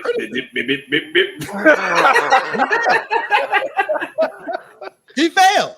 But so did Kevin Durant. So what are we talking about? He ain't the only guy that lost 3-1. The only point is, and we're gonna move on after this. The only point is that you harp on everybody has a failure. Way more than you do Steph Curry's failure. That's all we say. Because he got so much good, it outweighs it. What do you want me to do? If all I had to go off of was a 3-1 collapse, we wouldn't be having this conversation. But he rebounded. He figured it out. And then he beat Joker. And he beat Memphis. And he beat Luka. And then he beat Boston. But nobody want to give him credit for that run. That boy sound like Porky the Pig on that. But he got Joker out of there in his MVP year. Nobody wants to talk about that. Memphis out of here. Luka out of here. Tatum out of here. Finals MVP. Nobody want to talk about that. We got to always skip over all the Warrior stuff because that's taboo. And all we can focus on is he lost 3-1. So make Steph great again. Ain't not been great. Ain't not been great, but we can keep it moving. We can move off the great one. For the way Ray felt about Steph, man, he ain't gonna call him Steph at the boy. He gonna call him Wardell soon. I'm telling you, boy. I'm telling you. He gonna be like, this is the first name faces. It's just flat out undeniable talent. Speaking of talent, we are about to enter Las Vegas Summer League. I think starts tomorrow. If I'm not mistaken. Today's the last day of California and Salt Lake City. Yeah, tomorrow. So I don't know if y'all saw Keegan Murray, what he did last night. No, I didn't see. Absolutely ridiculous stat line. And so where I get confused by people is Keegan Murray had a phenomenal game. I'm trying to pull it up. It was pretty impressive. Chet Holmgren has looked pretty good in Summer League. When people look good in Summer League, we say, wow, they look good. Lonzo Ball, when he first came out, that Lakers team was ridiculous that Summer League year. But when people struggle, it's just Summer League. And I don't know a lot of people that struggle in Summer League and then go on to be great. Some do. I'm not saying a lot don't. What I'm saying is when you got a guy that went to college for 1 year or came out of high school or G League or whatever, and then he starts playing against NBA caliber-ish competition, and he's turning the ball over like a bakery with turnovers, why does that not get highlighted? Brandon Miller has been bad. And maybe he'll turn it around. Maybe once he's playing with Lonzo and some better talent. But I saw what Keegan Murray did. And it was great. I've seen Chet Holmgren's impact. And I was trying to pull it up. I looked at the wrong person. Kings. And this is part of the reason why I liked Sacramento going into last year. Vasquez had a bad game, but Jovic has actually looked really good. I don't know if y'all been watching the Heat. In his 2 games, he's been cooking. And Jamie Hawkins, he only put up 4 in the last game, but his first game he looked good. Yeah. But Murray went 41 and 5 on 6 of 11 from 3 and 11 of 20 from the field. Yeah, that's a big turn. So I guess what I'm trying to understand is, does Summer League matter or not? Kenny, I'll start with you since you're a coach. Nick Nurse is also coaching Philly's Summer League squad. Not often common. I would say to a degree, because it's going to determine training camp invites and things of that nature. I think it makes decisions towards the bottom half of your roster in terms of the younger guys and like 2-way deals and stuff like that. So I think it does matter, but you have to take everything with a grain of salt, I think, when it comes to Summer League, because again, these are guys that are, the majority of them, I would say probably 85 to 90% of those guys are guys that are on the bottom half or the tail end of the roster. So what they do against those guys is way different than what they're going to do against guys that are, that are starters in the league. So I'm not 50 yet, Mike. Chill out. I got a couple of weeks for that. But yeah, I think you take it with a grain of salt, because again, the competition level is not, you're not playing against the elite of the elite. So while guys are playing well, you want to see that, of course.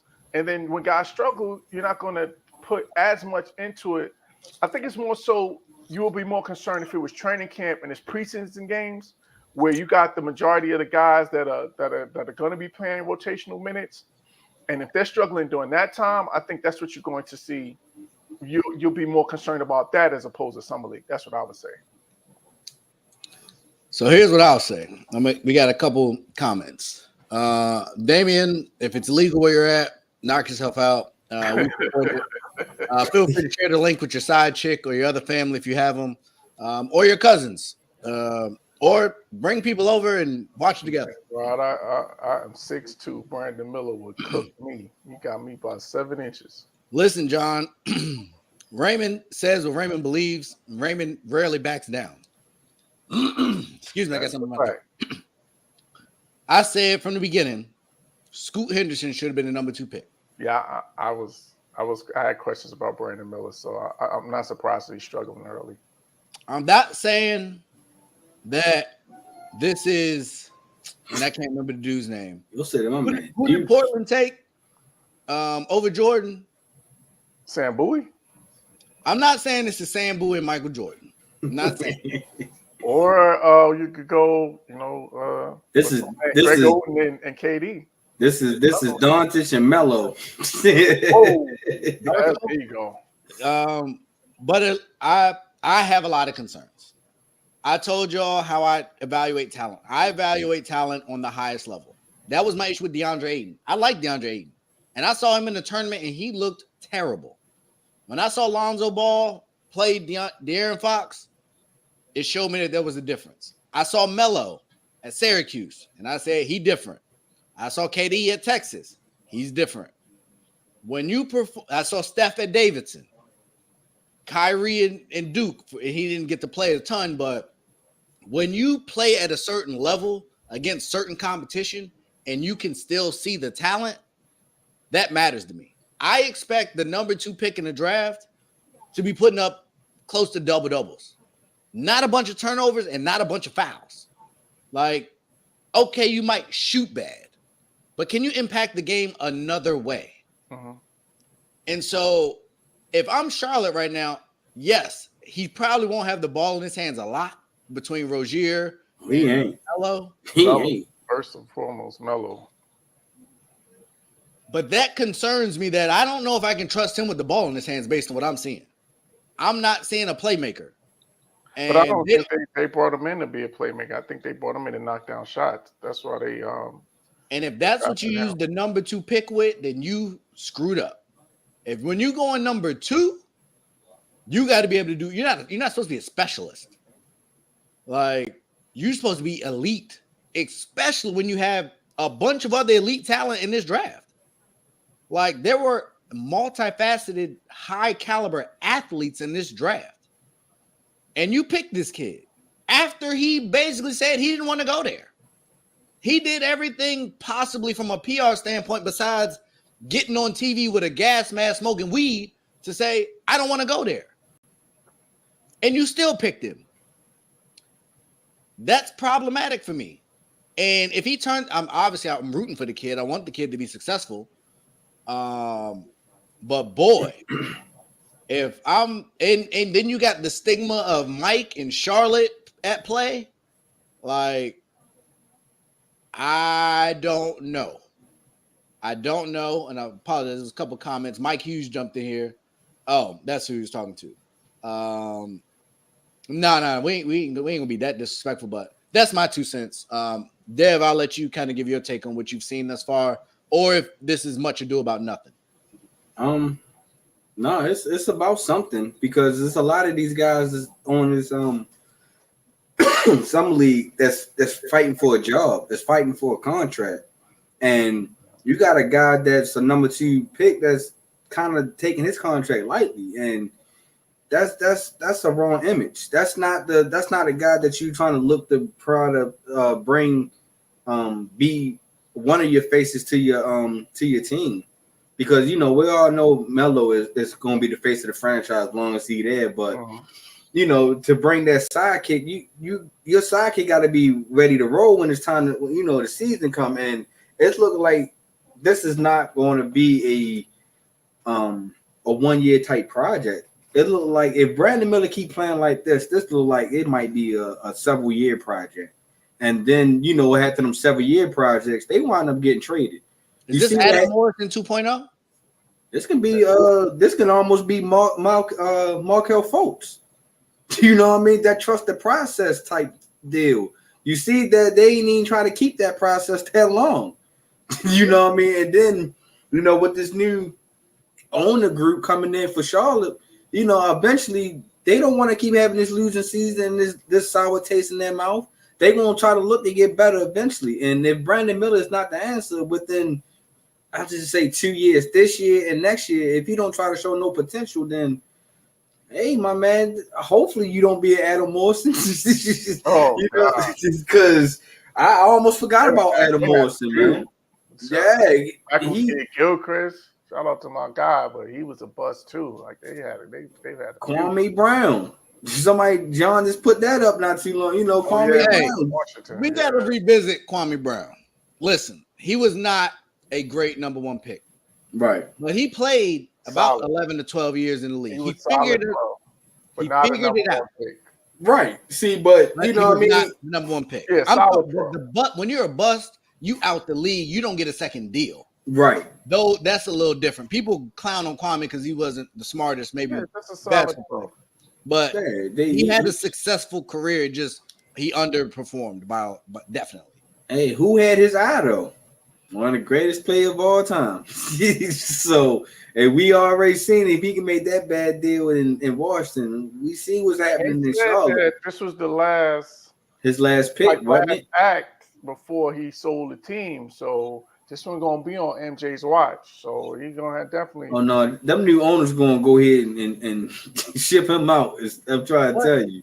And obviously, I'm gonna put a little cape on for Mike. Melo, Bridges, and Washington weren't bad draft picks. No, like, they were trending. Kimber was good. Kimber was good for them. Kimber, they this recent iteration could have been decent. If Bridges don't punch and beat his wife up, it could have been different. Mm-hmm. If you can get Gordon Hayward out of there I think they overpaid for Terry, but there was potential. And I just don't know if this helps based on what I'm seeing. His skill set, his demeanor, I don't know. Let's keep in mind though, too, that the kid is 19 years old. So, to Dev's point, he may need a little more time. Like not all of the guys come in right away and are ready to play. Sometimes some guys need a little more time. So he might be Is one there of those somebody guys. on that roster that can help him be a better player? Well, Melo. here's what right. Melo's going to get him open looks. That we know for certain. As So long as he stay healthy. I think as long as he's able to knock down shots, I think he's going to get an opportunity to get open looks because of the attention that Melo draws, as well as his his court vision. So he's going to get the guy open looks. So he just got to knock down shots. I think that's what his role is going to be early. I don't think he's going to really have a whole lot of playmaking or shot creating duties. I think he's going to be one of those guys that's going to be a catch and shoot, kind of like a 3-and-D type of guy. And he's going to have to play off of Melo. I don't think he's going to be one of those guys that they're going to be looking to initiate offense or anything like that. Or if he keeps struggling, he's going to be the guy that second round pick is going to be on the bench. You know what I mean? Because they already got a guard that's coming back. Yeah. So it ain't like they might necessarily. Bridges is in a prove year. That's what I'm saying, right? So he might actually come off the bench early. They might slow drag him and bring him along slowly so that they kind of keep his confidence built up because they already got an option. They don't have to. And you don't want him. If he going to hit it, because rookies hit that rookie wall. You know what I mean? It's just sometimes when do you hit it? Do you hit it during mid-season? Do you hit it early in the season? You know what I mean? So if he come off the bench, hopefully it depends on how deep Charlotte can run. You know what I mean? Hopefully he can avoid hitting that rookie wall until late into the season. I know I said a lot, but I am hoping for the best. Jay, appreciate you. There's really nothing to talk about in Phoenix sports. So you get the night off. You're going to say appreciate you to throw a shot, man. You are amazing. It was like, hey, good night. I'm going to tuck you in because it's past your bedtime, little guy. Listen, boy. While I have y'all know we cover fight news. Boots. Oh, we got to talk about Boots Ennis got a fight. But ASAP has officially been invited to the after party for the Spence Crawford fight. So ASAP will be in the building. Jay, I'm trying to see if my contributions that I've been given can help get me a plane ticket or something. I know you're listening, but ASAP doing big things, getting a lot of different events that we'll be doing. Biggest fight. I guess this year since Tank Garcia, which was a huge fight, but this is a big fight. And so I'm super excited about it. And ASAP will be in the building for the after party. And you never know where else we might just pop up. So stay tuned. Make sure that y'all are subscribed to the YouTube channel. We go live all the time. We went live when Tom Brady retired. Rest in peace. Tom, you may never watch this. Stay away from Kim Kardashian. She is trouble. I saw y'all at Michael Rubin's party. I'm reading the headlines. I promise you, she is not what you want. Listen, Trust me. Y'all Trust way me. richer than me. His skin tone is not what she wants. So Hey, Chris Humphries got her to marry him too. And you see how fast he got divorced. And if Tom, my man, she's not it. You do not want them problems. I promise you. In the words of Jalen Rose, whenever it comes to Kardashians, run, hide, get out of there. My brother, run. We don't have our Philadelphia 76ers correspondent here, but as much as we've talked about Dame Lillard, there's another guy that has requested a trade that seemingly is going under the radar. Oh yeah, it most definitely is. James Harden is still seeking a trade, and I've seen him at the same Michael Rubin party with Joel Embiid and Tobias Harris. Took a picture together. They all looked friendly. But there's not a lot of news, not a lot of traction. Do we think James Harden and Dame Lillard both are on their current teams? Because James opted out, right? No, he opted in to the 36. So he did opt in for this year. So do we think Both of those guys will be on their teams. Is James Harden going to get traded? What are we thinking? Dev, I'll start with you. I think James Harden going to be in Philly. I really don't really see a market for James Harden anymore. I think his market was his last of his market was last year when he was in free agent last year. Because now it's just where do Harden fit? He's a good guard. He can dish it out. He can find you open wherever you are on the floor. But other than that, James Harden's not that efficient scoring anymore. I don't. Most people don't believe he's a solid number two. So I think his market is starting to get dried up. I think he should just go ahead and stay with Philly for the remainder of his career, unless Houston can, bring him back on that last hurrah tour type deal. Where does he fit? They pay Van Vliet, and you got Jalen Green. That's what I said. His market has dried up. Once Houston really solidified that team where they wanted to start off with, I just felt like that was it for James Harden. I was like, oh, there's no return for him. You know what I mean? What you got? I have a solution. Uh-oh. Bear with me. There's a guy that has a porn star running his name through the mud. That team could use a point guard. I think the way the Pelicans are running, I feel like they like the ball in CJ and BI hands the most. BI's never healthy, and let's not get this twisted.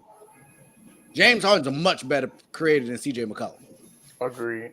True, but I don't think New Orleans is a destination that James Harden will willing to accept. I don't know. Do he got like a trade clause? Can he? Oh well, no. I guess it's a business decision. It's an expiring contract. Yeah, nobody.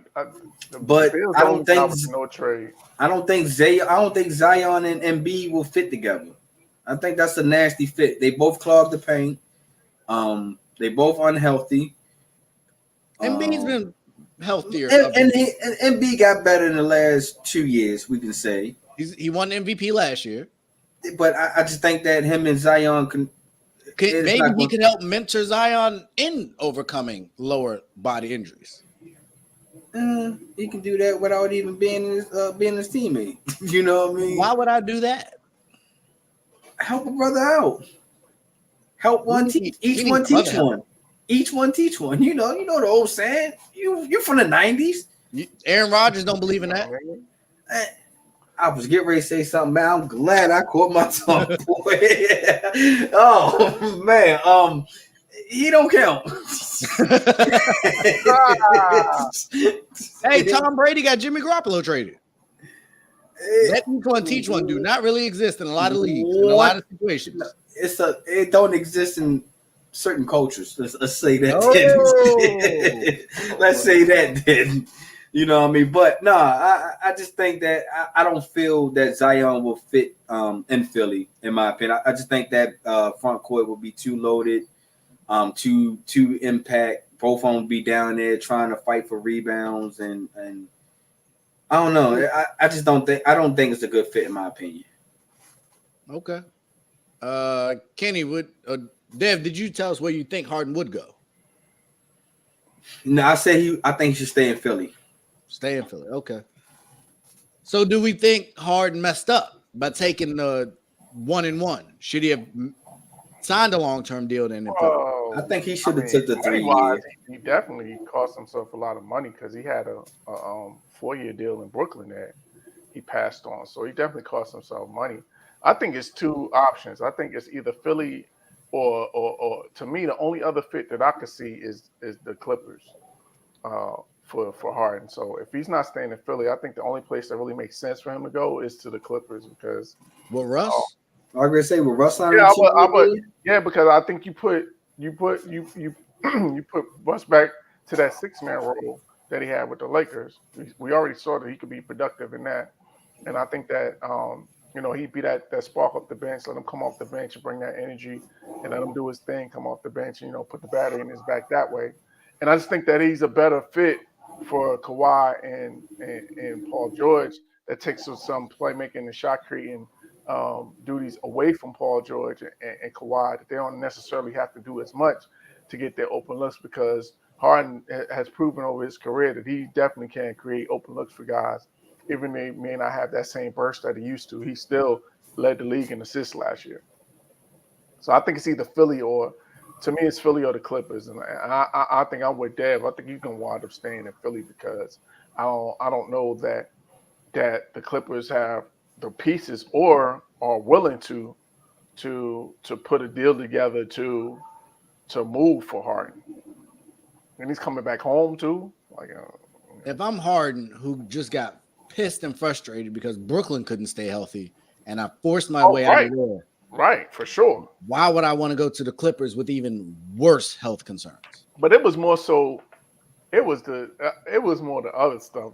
It was more the whole back situation than it was, I think, health more so with Brooklyn, to be honest. But I get your point though. I definitely would be more inclined to want to stay in Philly than LA because those guys definitely can't stay healthy. They have trouble staying healthy for sure. Okay. So we got a hot button topic. I'm trying to end some of these shows with more hot button topics, and I just happen to be perusing the old social media. And this guy, if you guys can see that, Dwight Howard says he's an all-time center. I'm top 10. And if you look at the fine print, he was better than Joker in his prime. And Damian, if you don't get James Harden away from Steph Curry immediately, I will throw you out of this chat. This man, don't get him triggered. James Harden, Washington. I'll take James Harden, Washington. I bet you would. But my question for you guys, a lot of people, I think Dwight Howard is another one that falls into a category of, because he was a clown, he doesn't necessarily get, and he wasn't Kwame Brown, I'm not saying that, but, well, as a clown maybe, but as a player, much better.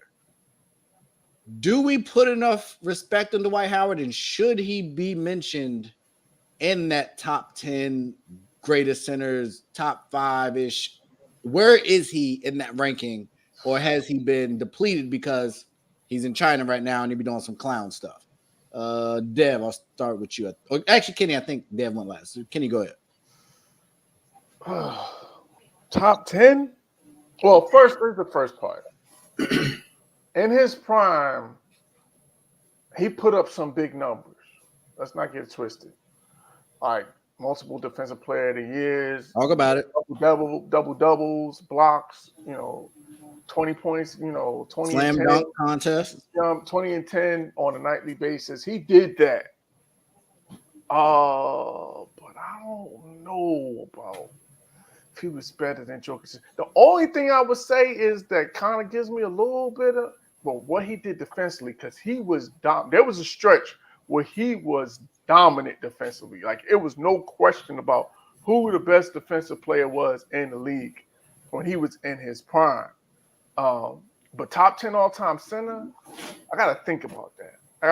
Because right off the top of my head, no order, Kareem, Wilt, Shaq, Russell, Olajuwon, that's 5. Then after that, You have him above Zoe? yeah, I think I got him above Zoe. If you got him above Zoe, he probably top 10. Yeah, he might be. I gotta think about that. He might be. You know what? I'm thinking more than I'm thinking about. Pat Ewing I is think close. he is. Yeah, you can put David Robinson. Robinson is in there. I know I'm leaving some guys out. We have him at this point better than Embiid.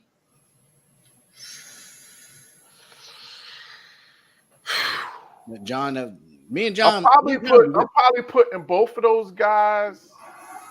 I'm probably putting Jokic and Embiid over. Man, it's hard. I'm putting Joker over Howard. Embiid, I'm on the fence. Because Dwight Howard has had more playoff success than than Embiid has had already.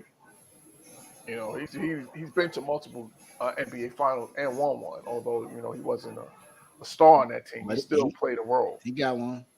So yeah, I got to think about that. But I think he is top 10. Now that the more I'm thinking about it, I think he is top 10.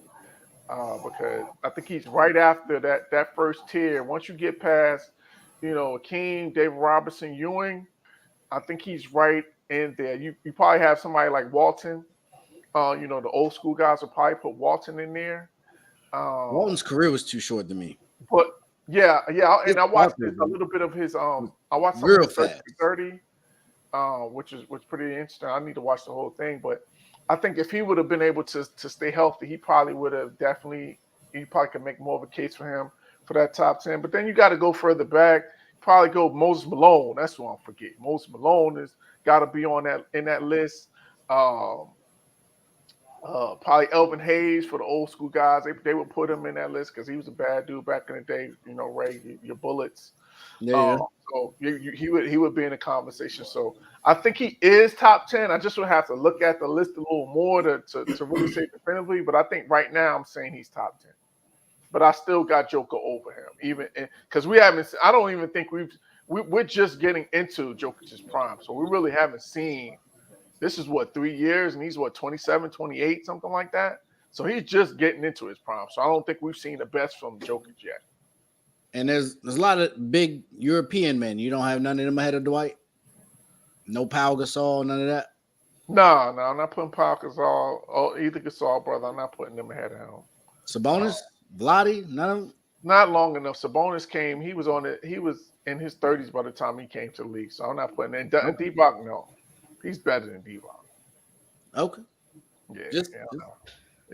Check Dev, your thoughts. That's the time to think.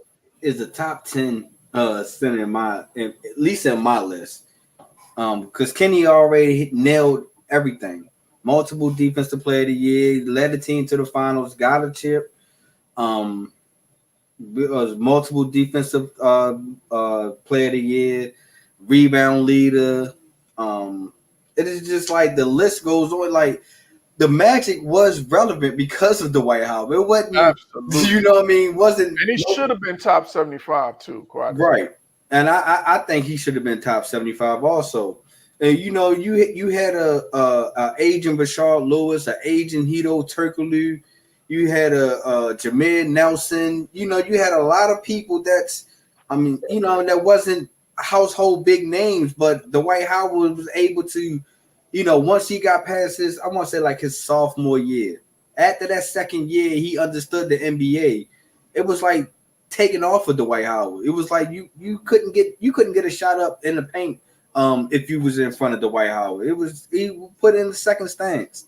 Now, is he better than Joker? No. You know what I mean? Because we still sit here trying to scratch our heads of certain things that Jokic do. Falling away one leg 3-pointer is like, come on. Getting a triple-double throughout the whole playoffs. That's something special. That's something that we won't. Yeah, he was more of a 4 to me, so I think McAdoo's more of a 4. Okay? Yeah.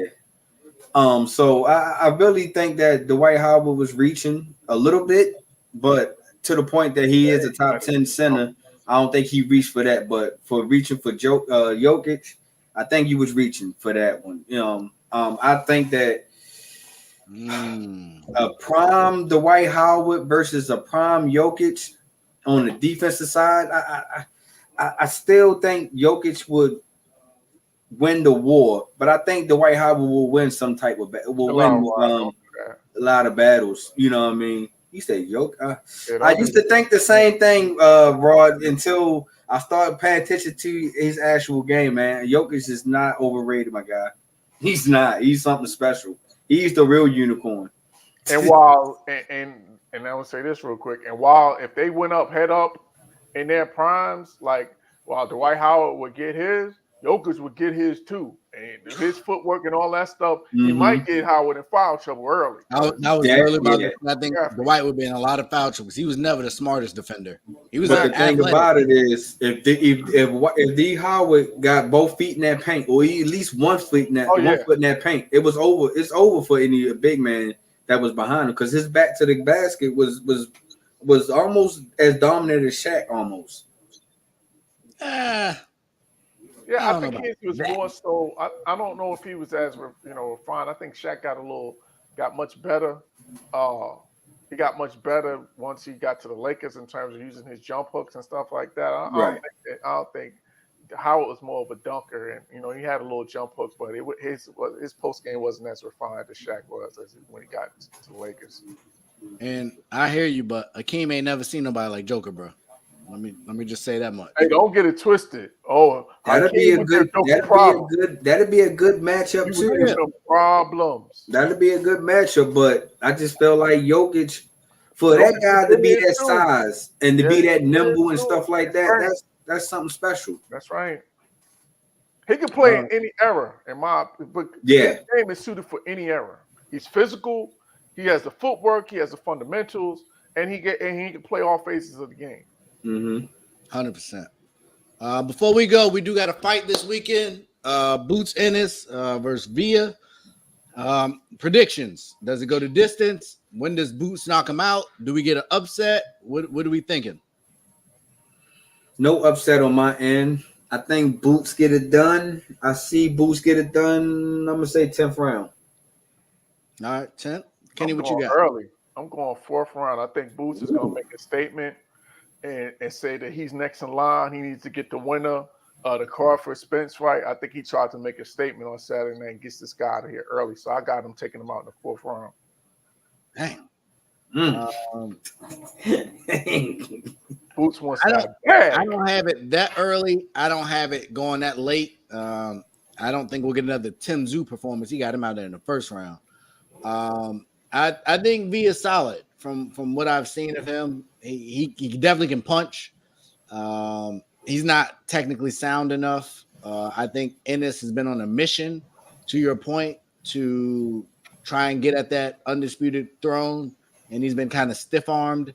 I think once this fight happens, I think the tough part is if there's a rematch clause, which I believe there is, that could force another Crawford Spence, which I don't think I'd be upset with.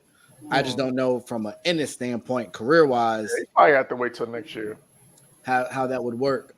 So I think we're all in agreement. I'm going 6th. I think 6 or 7. Give me 7. I'll give him Boots. Get him out. They'll stop it in the 7th. Before we go, Devin Haney offered Shakur Stevenson 25%. Shakur said, "I know I'm not the A side, but I know my worth. I'm more than 25% of the purse." Come on, Dev. Is Haney ducking Stevenson? Dev. Yes, if you doing that, you know what I mean? Because with the back and forth those two was doing on Twitter, man, it's like, come on, you got to up that end. You got to make it 50-50, honestly, because Shakur Stevenson is a household name. Well, because he has the belts, I think he can command the higher Haney share. has 3, right? Disrespect. But don't Shakur got a belt on him though? And I think there's 3-1, which is why. But I think Stevenson's is at 126. I don't know if it's at 130. Okay. But all right, well, we're not 50-50. Let's go 60-40. Yeah, let's go 64. Somewhere up in that range. Because like I said, Shakur got his own clout. He got his own little entourage that's coming with him. It's not like it's all gonna be a Haney crowd inside that crowd. I think Shakur Stevenson can bring some stars out. So I think you got to up that ante just a little bit. No, he got them all. Devin got all the belts. He's undisputed? Yeah, he got all the belts. At 130? Who did? At 135. Yeah, he got the WBO, IBF, WBA, and WBC. Well, they got this nonsense. So I was about to say, Tank ain't got nothing at 135? They got a belt too. So they both got WBA. I don't know this nonsense. They got a regular and then he's got the WBC. But so him and Javante got the WBA, and then he's got the other 3. So yeah, he doesn't have a belt at all. From what I'm looking at ESPN.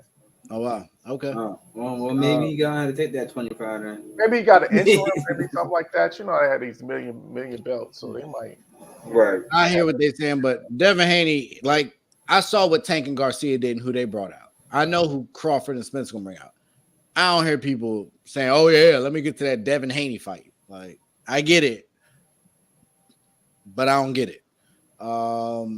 Damian, if Ronda Rousey comes back, she should not do that. Conor McGregor, Ronda Rousey. Well, they already partnered in with WWE anyway, so off into the sunset. Stay there. I saw what Holly Holm did to you. I saw with the other girl, like you ain't got better since then. Women ain't scared of her Ronda Rousey no more. It took one chink in her armor, and she was a. Never mind, I ain't gonna say that. She's a woman. But yeah, leave that alone. Go make some movies with Michelle Rodriguez or something. She better get back on the Fast and the Furious. They keep on making all these movies. I'm telling you. And that's the thing. I don't think she's talented. She wasn't good at wrestling. She's not a good actress, and she can't fight at that kind of level. So maybe just like a early midlife crisis, but she didn't resonate to me in WWE. She came in hot and she fizzled. And now she's trying to find her footing, but that's not the job you find your footing in. Like, I think WWE is once you retire from UFC, you're done. You're no longer coming back. You know what I mean? Now if you want to get to the acting side and have fun with retirement, right. I get it. But if you want to do this back and forth, no. I think Brock Lesnar might have went back and forth a little bit, but outside of that, when you leave real wrestling and UFC for fake wrestling, no disrespect, you don't go back. Like, right. You went to WWE because you couldn't do it. You think you got better as you got older? Your face just got more brittle. Your reflexes just got that much slower. Mm-hmm. And they ain't going UFC. One thing they're gonna do, they ain't gonna put you in there with no dumpster can. They make fights in UFC. Yeah. So if you come back and you want a bag, and we know UFC barely pay anybody anyway,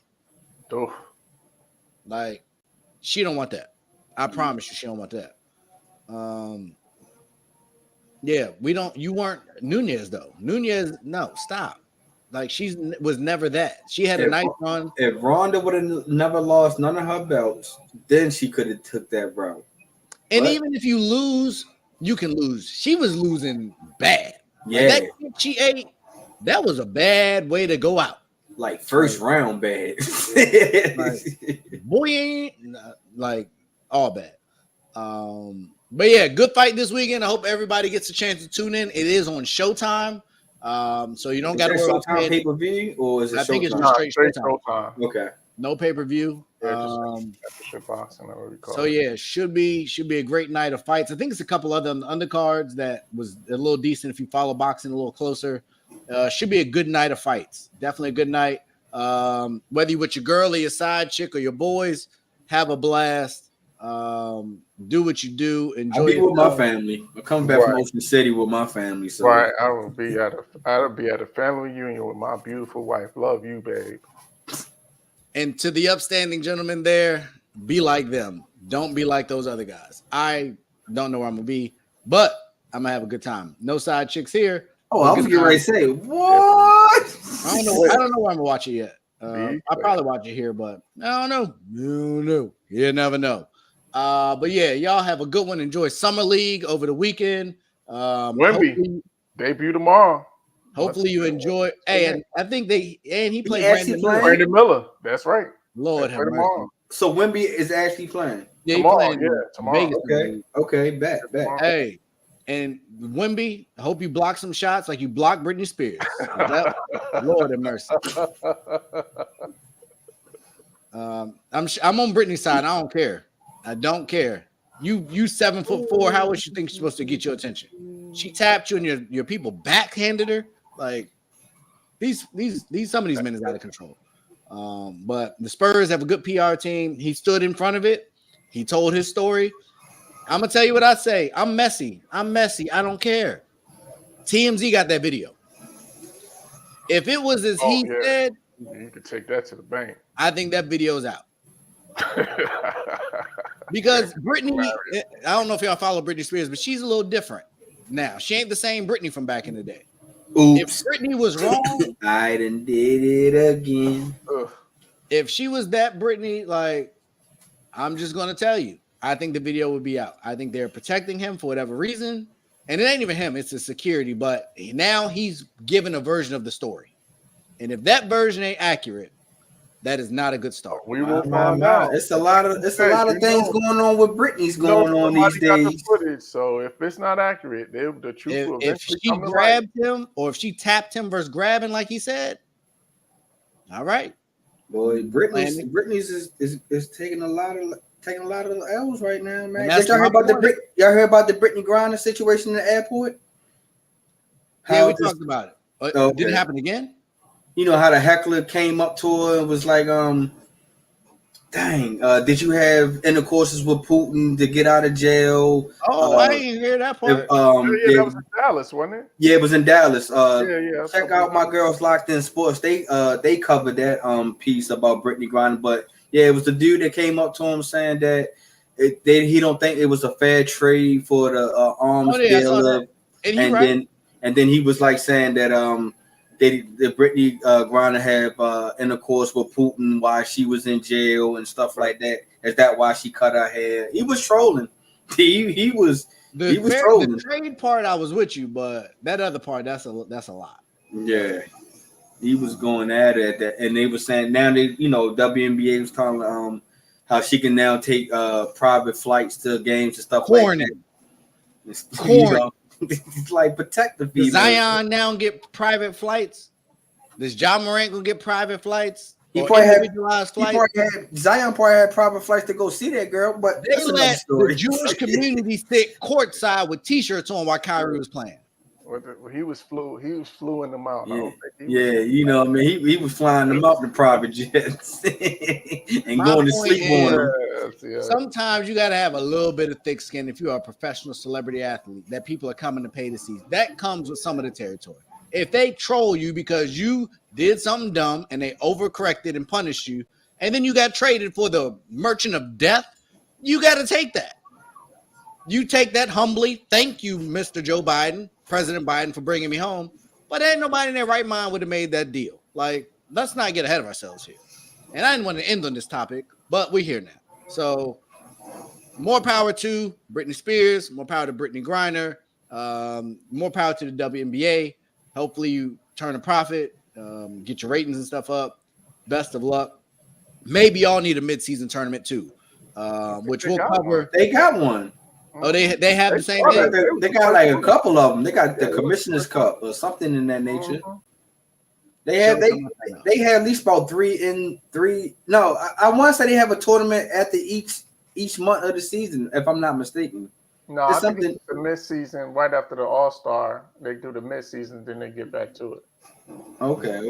And shout out to baseball, who apparently has been doing better in the ratings, but I think All-Star Weekend is this weekend, and it has been really quiet. Is it this weekend or is it next weekend? Yeah, that's next weekend. The home run, it's next weekend. Okay. Yeah. Well, shout out to Shohei Ohtani, legendary talent. Babe Ruth, who? Like, listen, what he's doing, we don't talk baseball on here a lot, but if y'all ain't paying attention, my God. Like, got bag 500. They said that's the starting point. Ain't no contract starting at 500. Do y'all think he will be the first billionaire baseball player? Contract. I don't think a billionaire, but I think he might get close to he might get to that 700. It depends on how long his deal is for 500. If it's 5 for 500, he can get there. If it's like 8 or 9 for 500, he won't get there. But yeah, like, he worth it. I don't care. Like, man, that's what baseball get all this money from, man. It's just like their revenue is just for them to have not. I don't know their viewings, you know what I mean, but for them to go underneath the radar, man, their revenue just keep. Bro, they got 162 games. Like, you know how much money you can bring in with 80 home games a year? Yeah. And then you Yeah, have but spring you gotta training. say some teams ain't all that. They don't bring in that much, home revenue. Hey, the But then ones that do. I think they got revenue sharing too, so they get They in. do. Oh, okay, okay. Like that's like kind of like golf. It's a kind of a different kind of money involved in that sport. Hey, all guaranteed. Yeah. That's part. Crazy. But we are out, ladies and gentlemen. Y'all enjoy y'all evenings, enjoy y'all weekends, enjoy the fights and everything else that comes with it. Have a blast.